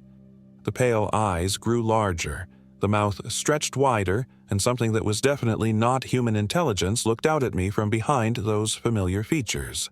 "No," it agreed, its voice now a harsh whisper that sounded like wind through dead leaves. "But it's where you're going." I ran. Behind me, I heard the thing that had been pretending to be Brandon let out a sound that was part howl, part laughter, and part something I had no words for. It was the sound of something ancient and hungry that had been playing with its food and was now ready to feed. I crashed through the forest, branches tearing at my clothes and face, snow filling my boots and weighing down my pack. I had no idea where I was going. The landscape had become a maze of identical trees and shadowy valleys, but anywhere was better than that cursed ridge. The howling followed me, sometimes seeming close enough to touch, other times echoing from multiple directions as if there were several of the creatures pursuing me. I ran until my lungs burned and my legs gave out, finally collapsing behind a massive fallen log where I could catch my breath and try to think.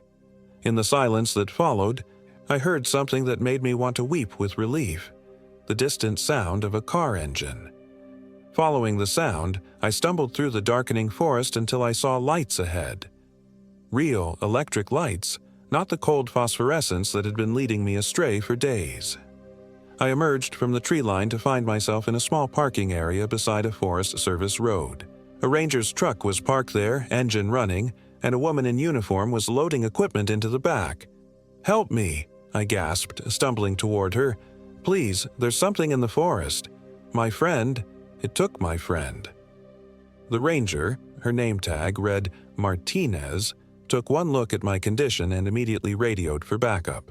I was hypothermic, dehydrated, and suffering from severe frostbite on my fingers and toes. More importantly, I was alone. According to Ranger Martinez and the search team that was quickly assembled, there was no record of anyone named Brandon Edwards entering the San Juan National Forest. The camping permit I'd sworn we'd filed together showed only my name. The Jeep in the parking area was registered to me alone. The searchers found our campsite from the first night, but there was only one sleeping bag, one set of tracks in the snow, one of everything. As far as the physical evidence was concerned, I had gone into the mountains alone and had experienced some kind of psychological break brought on by isolation and extreme weather conditions. But I know what I experienced in those mountains. I know Brandon was real, and I know something took him. Something old and hungry that had been waiting in the deep places for someone to stumble into its domain. The official report listed me as a solo hiker who had become lost and disoriented due to severe weather conditions. The hallucinations and false memories were attributed to hypothermia and sleep deprivation. I was treated for frostbite and dehydration, given a clean bill of mental health after a psychological evaluation, and sent home to Denver with instructions to avoid solo wilderness travel in the future. But late at night, when the city sleeps and the wind rattles my apartment windows, I sometimes hear breathing in the darkness. Slow, deliberate, patient. And I know that somewhere in the San Juan Mountains, something that wears Brandon's face is waiting for the next group of hikers to wander off the beaten path. I've never been camping since. I sold all my outdoor gear, moved to a high-rise apartment building in the heart of downtown Denver, and I never go anywhere near the mountains. Because I know the truth that the search and rescue teams refuse to acknowledge. Some places are hungry, and some hungers are never satisfied. The thing that took Brandon is still out there, wearing his face, using his voice, waiting. And sometimes, in my darkest moments, I wonder if what came back from the forest that day wasn't Brandon at all, but something else wearing his form, testing how well it could mimic human behavior before moving on to its next victim. I've researched everything I can find about the folklore of the San Juan Mountains, the legends of the Ute tribes, the old stories that Brandon's grandfather used to tell. The name keeps coming up in the historical accounts, whispered in the same breath as warnings about places where people disappear and the rules that keep ancient hungers at bay. Wendigo. The word tastes like copper and fear when I say it, but it's the only explanation that makes sense. A creature of endless hunger that takes the form of those it consumes, growing stronger with each victim, becoming more cunning, more human-like in its ability to deceive. I tried to warn people, to get the Forest Service to post warnings about the area where we camped. But who would believe a story like mine? Instead, I've written this account, hoping that someone who reads it might think twice before venturing into the remote corners of the San Juan Mountains, especially in winter when the ancient things that sleep in the deep places might be stirring. If you're planning a trip to the wilderness, any wilderness, remember this: The stories told around campfires aren't always just stories. Sometimes they're warnings, passed down through generations of people who learned the hard way that there are places where the rules of civilization don't apply, where things older than human memory still hold dominion. And if you're ever out there in the deep woods and you hear your friend's voice calling to you from the darkness, if they seem different somehow, changed in subtle ways that you can't quite put your finger on, run. Don't look back. Don't try to help. Don't let yourself be convinced that you're imagining things. Just run, and don't stop until you reach the lights of civilization. Because some hungers can never be satisfied, and some things that wear human faces have long since forgotten what it means to be human. The breathing in my apartment has stopped for now, but I know it will return. It always does, patient and persistent, waiting for me to let my guard down, to venture too far from the safety of electric lights and locked doors.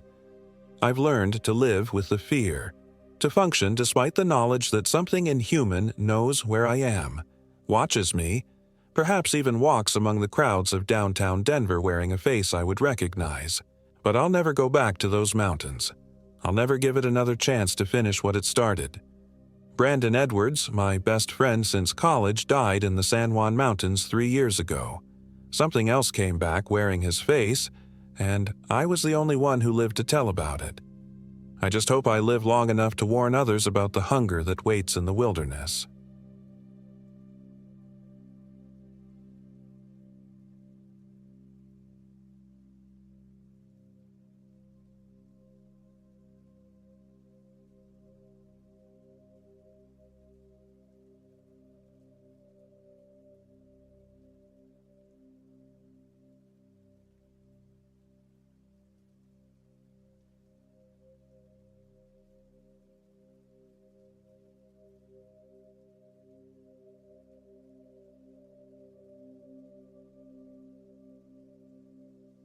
My name is Michael Williams, and I am 32 years old.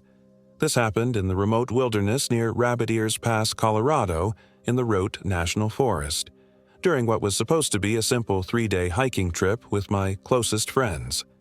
The plan was straightforward enough. Jake Morrison, my college roommate and best friend for over a decade, had been going through a rough divorce and needed to get away from civilization for a while. Our friend group, me, Jake, David Chen, and Marcus Rodriguez, had been talking about doing a backcountry trip for years, and this seemed like the perfect opportunity.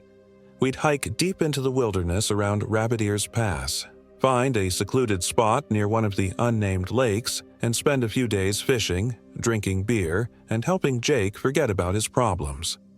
I should have known something was wrong from the moment we arrived at the trailhead.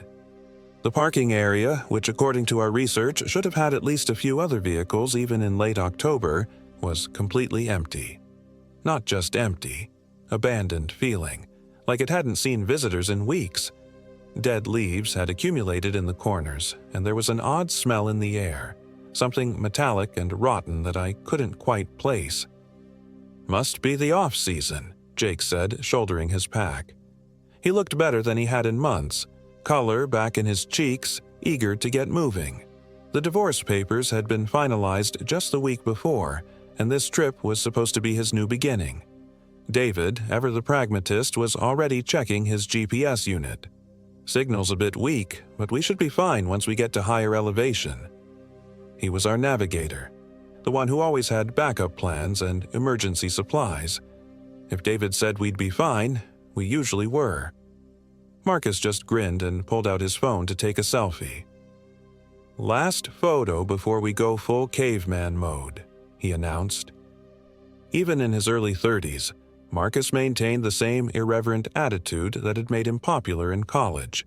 He was the one who kept us laughing, who could find humor in almost any situation. The trail started innocuously enough. A well-maintained path wound through aspen groves, their leaves brilliant gold against the gray October sky. The trees formed a natural cathedral overhead, and for the first hour, everything felt perfect. We fell into our old rhythm, Jake and I in front setting pace, David monitoring our progress on the map, Marcus providing running commentary on everything from the local geology to his latest dating disasters. "So, this girl on Tinder," Marcus was saying, "asks me what my biggest fear is. I tell her, commitment, thinking I'm being funny, right? Turns out she's a couples therapist. Haven't heard from her since." We all laughed, but the sound seemed to die quickly among the trees, swallowed by an unnatural quiet that I was only just beginning to notice. No bird calls, no squirrel chatter, just the crunch of our boots on fallen leaves and the whisper of wind through empty branches. After 2 hours of steady hiking, we reached the turnoff for the unmarked trail that would take us to our destination, a small alpine lake that David had found on satellite imagery, nestled in a cirque about 6 miles from the main trail. According to the topographic maps, it was the kind of place that maybe saw a handful of visitors per year, if that. "This is where things get interesting," David said, consulting his GPS. The device beeped and flickered, the screen showing our position as a blinking dot surrounded by empty space. "That's weird. It was working fine this morning." "Just old technology," I said, though something cold was beginning to form in my stomach. "We've got the compass and paper maps. We'll be fine." The unmarked trail was barely a trail at all, more like a game path that wound through increasingly dense forest. The aspens gave way to dark spruce and fir, their branches forming a canopy so thick that it felt like dusk even though it was only early afternoon. The temperature dropped noticeably, and our breath began to form small clouds in the air. "Jesus, it's getting cold fast," Jake said, pulling his jacket tighter. Weather reports said it would stay in the 50s. Marcus checked his phone. No signal, not even one bar. He held the device up toward the sky, waving it around like it might help. "That's impossible.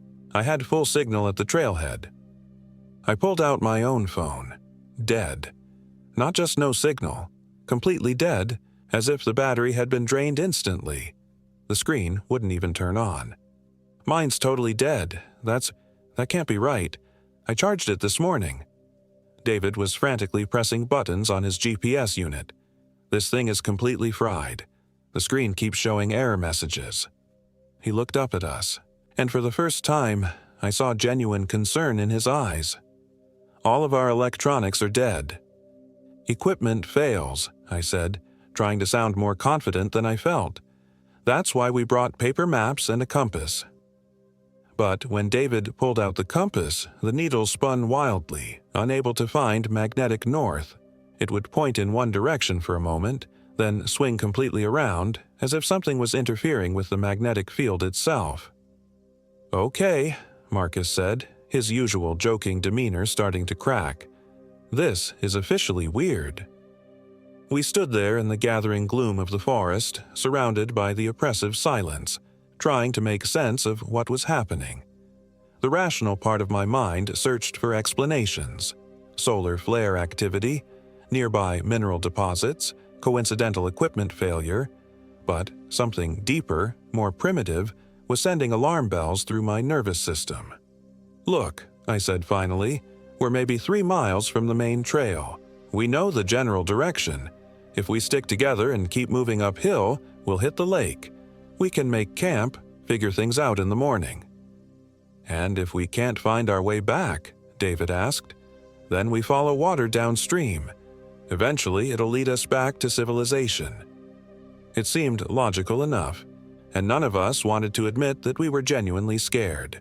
So we pressed on, using the sun's position, when we could see it through the canopy, and the natural topography to guide us. The trail, such as it was, continued to climb steadily upward. After another hour of hiking, the trees began to thin out, and we caught our first glimpse of the lake. It was smaller than it had appeared on the satellite images, maybe a quarter-mile across, surrounded by steep granite walls that rose on 3 sides. The water was perfectly still, black as obsidian, reflecting the gray sky like a mirror. "Beautiful," Jake said. And he was right. Despite everything that had gone wrong with our equipment, this was exactly the kind of pristine, untouched wilderness we'd been hoping to find. We selected a campsite on a small flat area about 50 yards from the water's edge, sheltered by a grove of stunted pines. The sun was already disappearing behind the western ridge, and the temperature was dropping fast. We needed to get camp set up quickly. Working with practiced efficiency, we had our tents erected and our gear organized within an hour.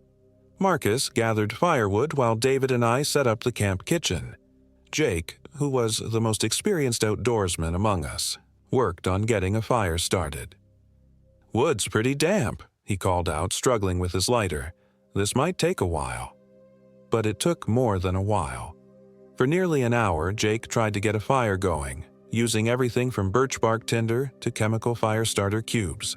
The kindling would catch, flare up promisingly, then die out as if something was actively extinguishing it. Even when we built a proper tinder nest and got a good flame going, the fire would burn for a few minutes and then simply go out. "This is impossible," Jake said finally, sitting back on his heels. His face was flushed with frustration and exertion. "I've been building fires since I was 8 years old. This wood should burn." As if in response to his words, the kindling suddenly caught fire, flames leaping up with an intensity that made us all step back.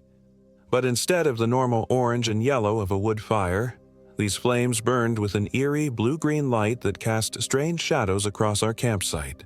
"What the hell?" Marcus whispered. We stared at the fire in fascination and growing horror. The flames danced with colors that shouldn't exist in nature, shifting from blue to green to an almost purple hue. And the shadows they cast seemed to move independently, writhing and twisting in ways that had nothing to do with the fire itself. "Chemical contamination in the wood, maybe?" David suggested, but his voice lacked conviction. "From what?" I asked. "We're in the middle of nowhere." As night fell completely, the strange fire became our only source of light, and its unnatural glow made everything around us seem alien and threatening. The simple act of preparing dinner became surreal, our faces lit by those impossible colors, our shadows performing a grotesque dance on the surrounding trees. We ate in relative silence, each of us lost in our own thoughts about what was happening. The freeze-dried meals tasted like ash in my mouth, and I noticed that none of us had much appetite despite the long day of hiking. "So," Marcus said finally, clearly trying to restore some normalcy to the situation, "anyone want to share ghost stories around our magical fairy fire?" "Not really," Jake said quickly, but Marcus was already launching into a tale about a haunted campground in California, his voice animated and theatrical despite the circumstances. Under normal conditions, his storytelling would have had us laughing and trying to one-up him with our own stories. Tonight, his words seemed to hang in the air like a curse, and every shadow beyond our circle of light felt like it might be hiding something watching us. "And when they found the camper's tent the next morning," Marcus continued, "it was empty. No sign of a struggle, no footprints leading away. But the tent was unzipped from the inside, like whoever had been sleeping there had just walked out into the forest in the middle of the night and vanished." "Marcus," David said quietly, "maybe we should talk about something else." But Marcus was on a roll now, feeding off the nervous energy that had been building all day. "Oh, but here's the best part. 3 days later, the missing camper came walking back into camp. Perfectly fine, no memory of where he'd been, but his friends said there was something different about him. He moved differently, talked differently, and his eyes—" Marcus paused for dramatic effect. "His eyes never blinked." "Enough," Jake said sharply. "Just enough." I understood Jake's reaction. The story hit too close to our current situation, and none of us needed our imaginations fed with images of people disappearing and returning changed. We were already on edge enough. As we prepared for bed, I noticed that our food supplies looked different than they had that morning. The apples I'd packed were brown and soft, as if they'd been sitting out for weeks. The bread was stale and hard. Even the sealed packages of trail mix had an odd smell when I opened them. "Is it just me, or does all our food seem off?" I asked. David opened his own pack and made a face. My granola bars are completely rancid. They were fine this morning." "Mine, too," Marcus said, holding up what had been a perfectly good energy bar that morning. Now it was covered in a fuzzy white mold that seemed to pulse in the firelight. We ended up going to bed hungry, each of us privately wondering what could cause food to spoil so rapidly. The logical explanations, elevation, temperature changes, contamination, didn't really make sense, but the alternative explanations were worse. I lay in my sleeping bag, listening to the absolute silence outside my tent. No wind, no animal sounds, no water lapping at the shore of the lake. Just complete unnatural quiet that seemed to press against my eardrums like a physical weight. Sleep came fitfully, filled with dreams that felt more like memories of things that hadn't happened yet. I dreamed of walking through the forest in darkness, my feet moving of their own accord along paths that didn't exist. I dreamed of standing by the lake's edge, watching something large and pale moving beneath the black water. I dreamed of Marcus, standing at the edge of our campsite, smiling at me with too many teeth. I woke with a start, my heart pounding, unsure what had roused me. Pale morning light was filtering through the tent fabric, and I could hear David moving around outside, probably starting breakfast. But something felt wrong. I unzipped my tent and crawled out, expecting to find the others beginning their morning routines.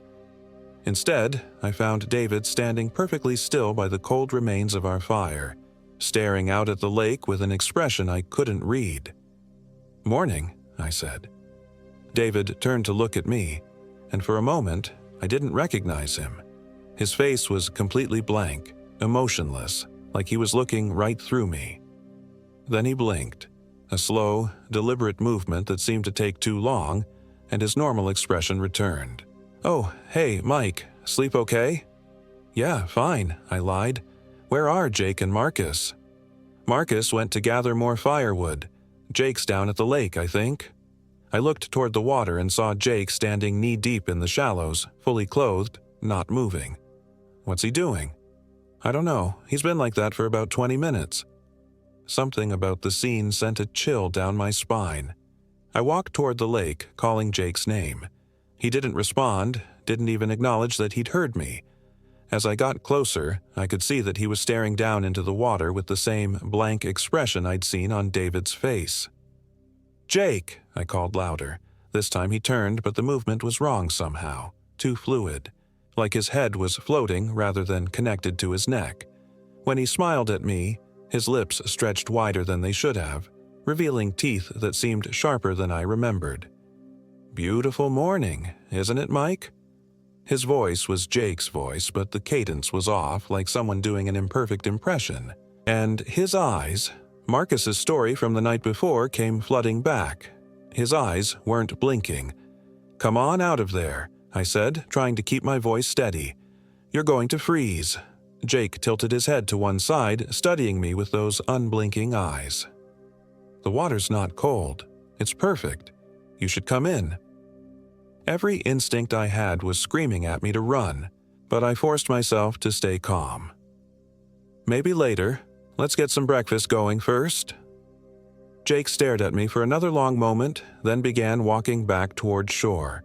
But his movement through the water was too smooth, like he was gliding rather than walking. When he reached the shore, I could see that his clothes weren't even wet. I backed away slowly, trying not to let my fear show. Whatever was happening here, I was increasingly certain that the thing standing before me wasn't really Jake anymore. "Where's Marcus?"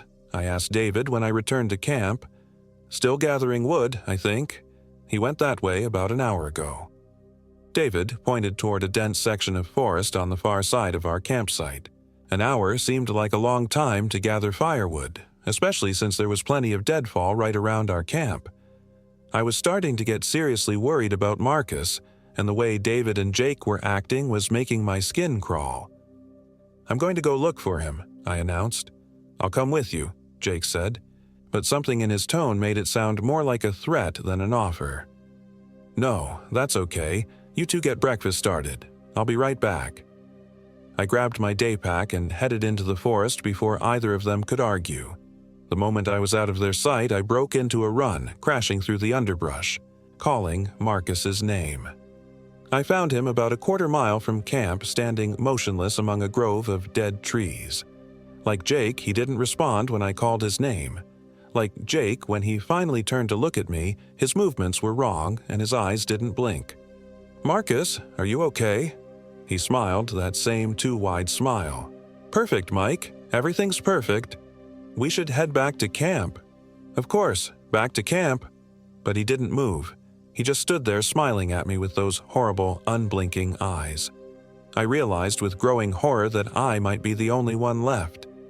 Whatever had happened to my friends, possession, madness, some kind of infection, I seemed to be immune. Or maybe I was just next. "I'll meet you back there," I said, backing away slowly. Marcus nodded, still smiling. "See you back at camp, Mike." I turned and ran, not caring about the noise I was making, not caring about anything except getting away from whatever my friends had become. Behind me, I could hear Marcus laughing, a sound like breaking glass that followed me through the trees. Back at camp, David and Jake were waiting for me, both wearing that same vacant smile. They didn't ask where Marcus was, didn't seem concerned that I'd returned alone and obviously frightened. "Ready for breakfast?" David asked pleasantly. I looked at the pot of water they'd put on the now normal fire. It was boiling, but they hadn't added any food to it. Just water, bubbling away, steam rising into the cold morning air. "What are we having?" I asked. "Whatever you'd like," Jake said, still smiling. I realized they were waiting for me to come closer, to join them around the fire. Every fiber of my being told me not to do it, but I needed to maintain the pretense of normalcy while I figured out what to do. "I need to use the bathroom first," I said. "I'll be right back." I walked toward the tree line, moving slowly and casually until I was out of their line of sight. Then I broke into a sprint, running as fast as I could back toward the main trail. I'd only gone about 100 yards when I heard them calling my name. But it wasn't just David and Jake. It was Marcus, too, his voice joining the chorus even though I'd left him standing motionless in the dead grove. "Mike! Where are you going, Mike? Come back to camp!" Their voices seemed to come from all directions at once, echoing off the granite walls of the cirque, multiplying until it sounded like dozens of people calling my name. But underneath the familiar voices of my friends, I could hear something else, a deeper sound, like the growling of some massive animal. I ran harder, branches whipping at my face, roots trying to trip me with every step.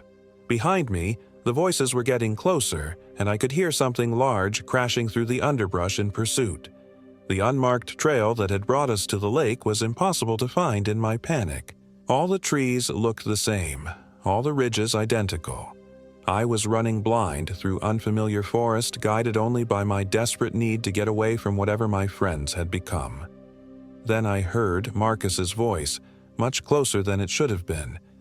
"Mike, stop running. You're going to hurt yourself." I spun around and saw him standing about 20 feet behind me, not even breathing hard, despite the fact that he should have been winded from the chase. He was smiling, that same horrible smile, but now I could see that his teeth really were different. Longer, sharper, like the fangs of a predator. "Come back with us, Mike. You belong with us now." "What are you?" I gasped. Marcus tilted his head to one side, considering the question. "We're your friends. We've always been your friends. And soon, you'll be just like us." What happened to the real Marcus? The real Jake and David? They're still here. We're all still here. We're just improved. As he spoke, I could see David and Jake emerging from the trees on either side of me, moving with that same unnatural grace. I was surrounded, trapped in a triangle of things that looked like my friends but weren't. "The hunger is so beautiful, Mike," Jake said, his voice full of a terrible kind of reverence. "It makes everything so simple. No more confusion, no more pain. Just the hunger, and the hunt, and the feeding." That's when I finally understood what I was facing. The isolated location, the electronic interference, the way they moved, the way they looked at me like I was prey. these weren't my friends anymore. They were something else, something that had taken my friends and was wearing their faces. I thought of every horror movie I'd ever seen, every urban legend about things that lived in the deep wilderness and fed on human flesh. Wendigo, the Native American legends called them. Creatures of insatiable hunger that had once been human themselves, transformed by desperation and cannibalism into something inhuman. "You're Wendigo," I whispered. Marcus clapped his hands slowly like he was applauding a correct answer. "Very good, Mike, although we prefer to think of ourselves as evolved." "How long have you been changed?" "Since the first night," David said. "While you were sleeping, we went for a walk. We found something in the forest, something old and hungry and beautiful. It showed us what we could become. And now it's your turn," Jake added, stepping closer. I looked around desperately for an escape route, but they had me completely surrounded. The rational part of my mind knew that Wendigo weren't real, that they were just folklore, but the evidence of my senses was undeniable. My friends had become something monstrous, and I was about to join them. That's when I remembered the flare gun in my pack. David always insisted we carry emergency supplies, including flares in case we needed to signal for rescue. I'd thought it was overkill for a simple 3-day trip, but now it might be my only chance. I slowly reached into my pack, trying not to make any sudden movements that might trigger an attack. The Wendigo that had been my friends watched me with predatory interest, like cats watching a mouse. My fingers closed around the flare gun just as Marcus lunged forward with inhuman speed. I pulled the weapon free and fired without aiming, the bright red flare catching him in the chest and sending him stumbling backward with a shriek that no human throat could produce. The flare embedded itself in his jacket, burning with intense heat and light. The smell of burning fabric and something worse, something like rotting meat, filled the air. Marcus looked down at the flare with what might have been surprise, then back at me with genuine anger for the first time. "That was rude, Mike." But the flare was having an effect. Where it touched him, his skin was bubbling and blackening, and the confident smile was gone from his face. The other two were backing away, suddenly wary. "Iron and fire," I said, remembering fragments of folklore. "Traditional weaknesses." I pulled my hiking knife from its sheath, the steel blade gleaming in the morning light. It wasn't much against 3 monsters, but it was something. "You can't run forever," David said, but there was uncertainty in his voice now. "Maybe not," I replied, "but I can try." I feinted toward Jake, then dove between him and David, rolling to my feet and sprinting toward what I hoped was the direction of the main trail. Behind me, I could hear them giving chase, but the flare had clearly shaken their confidence. The pursuit through the forest became a nightmare of endurance and terror.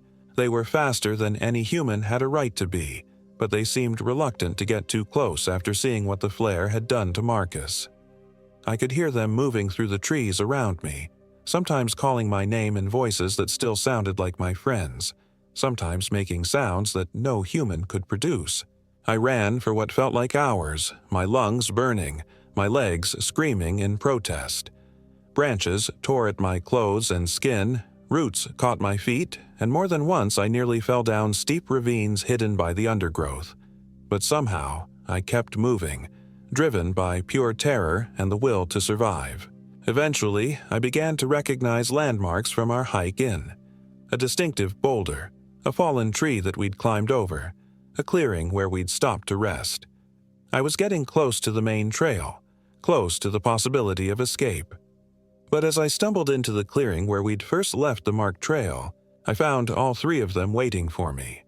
They stood in a line across my path, no longer smiling, their true nature more obvious now. Their proportions were wrong, their limbs too long, their faces angular and predatory.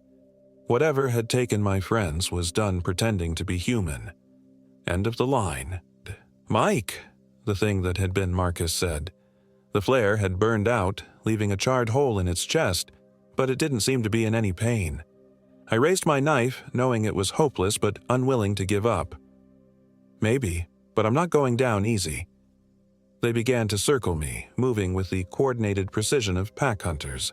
I spun slowly, trying to keep all three in sight, waiting for the inevitable attack. That's when I heard the helicopter. It was distant at first, just a rhythmic thumping that might have been my imagination. But it grew louder, closer, the unmistakable sound of rotor blades cutting through the air. The Wendigo heard it too, their heads turning toward the sky with expressions of confusion and anger. "Search and rescue," I shouted, hope flooding through me. Someone must have reported us missing when we didn't check in. The helicopter was getting closer, and I could see it now through the tree canopy, a bright orange aircraft with Routt County Search and Rescue painted on its side. I began jumping up and down, waving my arms, shouting at the top of my lungs. The Wendigo looked at each other, some kind of silent communication passing between them. Then, without warning, they melted back into the forest, disappearing among the trees as if they'd never been there at all. The helicopter circled overhead for several minutes before finding a place to land in a nearby meadow. 2 paramedics and a sheriff's deputy came crashing through the underbrush, led by the sound of my continued shouting.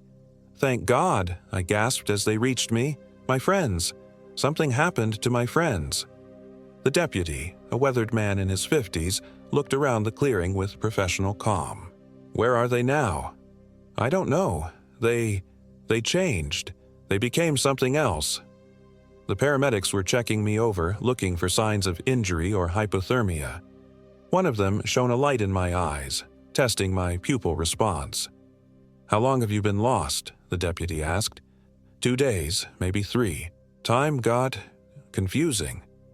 The deputy frowned. "Son, you've been missing for 8 days. Your family's reported you overdue 4 days ago. We've been searching for you since then." 8 days. That was impossible. We'd only been at the lake for 2 nights. But as I thought about it, I realized I couldn't really account for all the time. The days had blurred together, and my memories of events felt strangely distant and unclear. "My friends," I said again, "we need to find my friends." The search and rescue team spent the next 6 hours combing the area around the lake. They found our campsite, abandoned and partially destroyed, our gear scattered and torn. They found signs of a struggle, tracks that led in multiple directions, but no trace of Jake, David, or Marcus. They never found them. The official report concluded that my 3 friends had likely fallen victim to a bear attack, their bodies carried off or consumed. The scattered camp, the torn gear, the animal tracks around the site, it all fit the theory. The fact that I'd been found alive and relatively unharmed 8 miles from the original campsite, with no clear memory of how I'd gotten there, was attributed to trauma-induced amnesia and hypothermia-related confusion. I never told them the truth about what I'd seen. Who would believe it? Even I began to doubt my own memories as the weeks passed. Maybe it had been a bear attack. Maybe my friends had been killed, and my traumatized mind had created an elaborate delusion to cope with the horror of it. Maybe the thing about Wendigo was just my subconscious drawing on half-remembered folklore to make sense of a senseless tragedy. But sometimes, late at night, I still hear them calling my name. Marcus's laugh echoing through my dreams, Jake's voice promising that the hunger is beautiful, David's methodical explanation of how evolution works, and sometimes, when I'm alone in the dark, I catch myself smiling just a little too wide, my eyes forgetting to blink. The doctors say the survivor's guilt is normal, that the recurring nightmares and paranoid thoughts are part of the healing process. They've given me pills to help me sleep, pills to help with anxiety, pills to help me forget. But I know what I saw in those mountains. I know what my friends became, and I know they're still out there, waiting. The hunger is patient, they told me, and I'm beginning to understand what they meant, because lately I've been getting hungry too. Not for food, I can barely stomach solid meals anymore, but for something else, something I can't quite name. And when I look in the mirror, I notice that my smile is getting wider, my teeth looking sharper, my eyes forgetting to blink. The change is slow, so gradual that I almost don't notice it happening. But it is happening. The thing that took my friends at Rabbit Ears Pass didn't just let me go, it let me carry part of it back to civilization. A seed of hunger that's been growing inside me ever since. Soon, I think, I'll have to go back to the mountains, back to that lake where it all started. And when I do, maybe I'll finally understand what Marcus meant when he said we would all be together again. The hunger is beautiful, they told me. And God help me, I'm starting to believe them.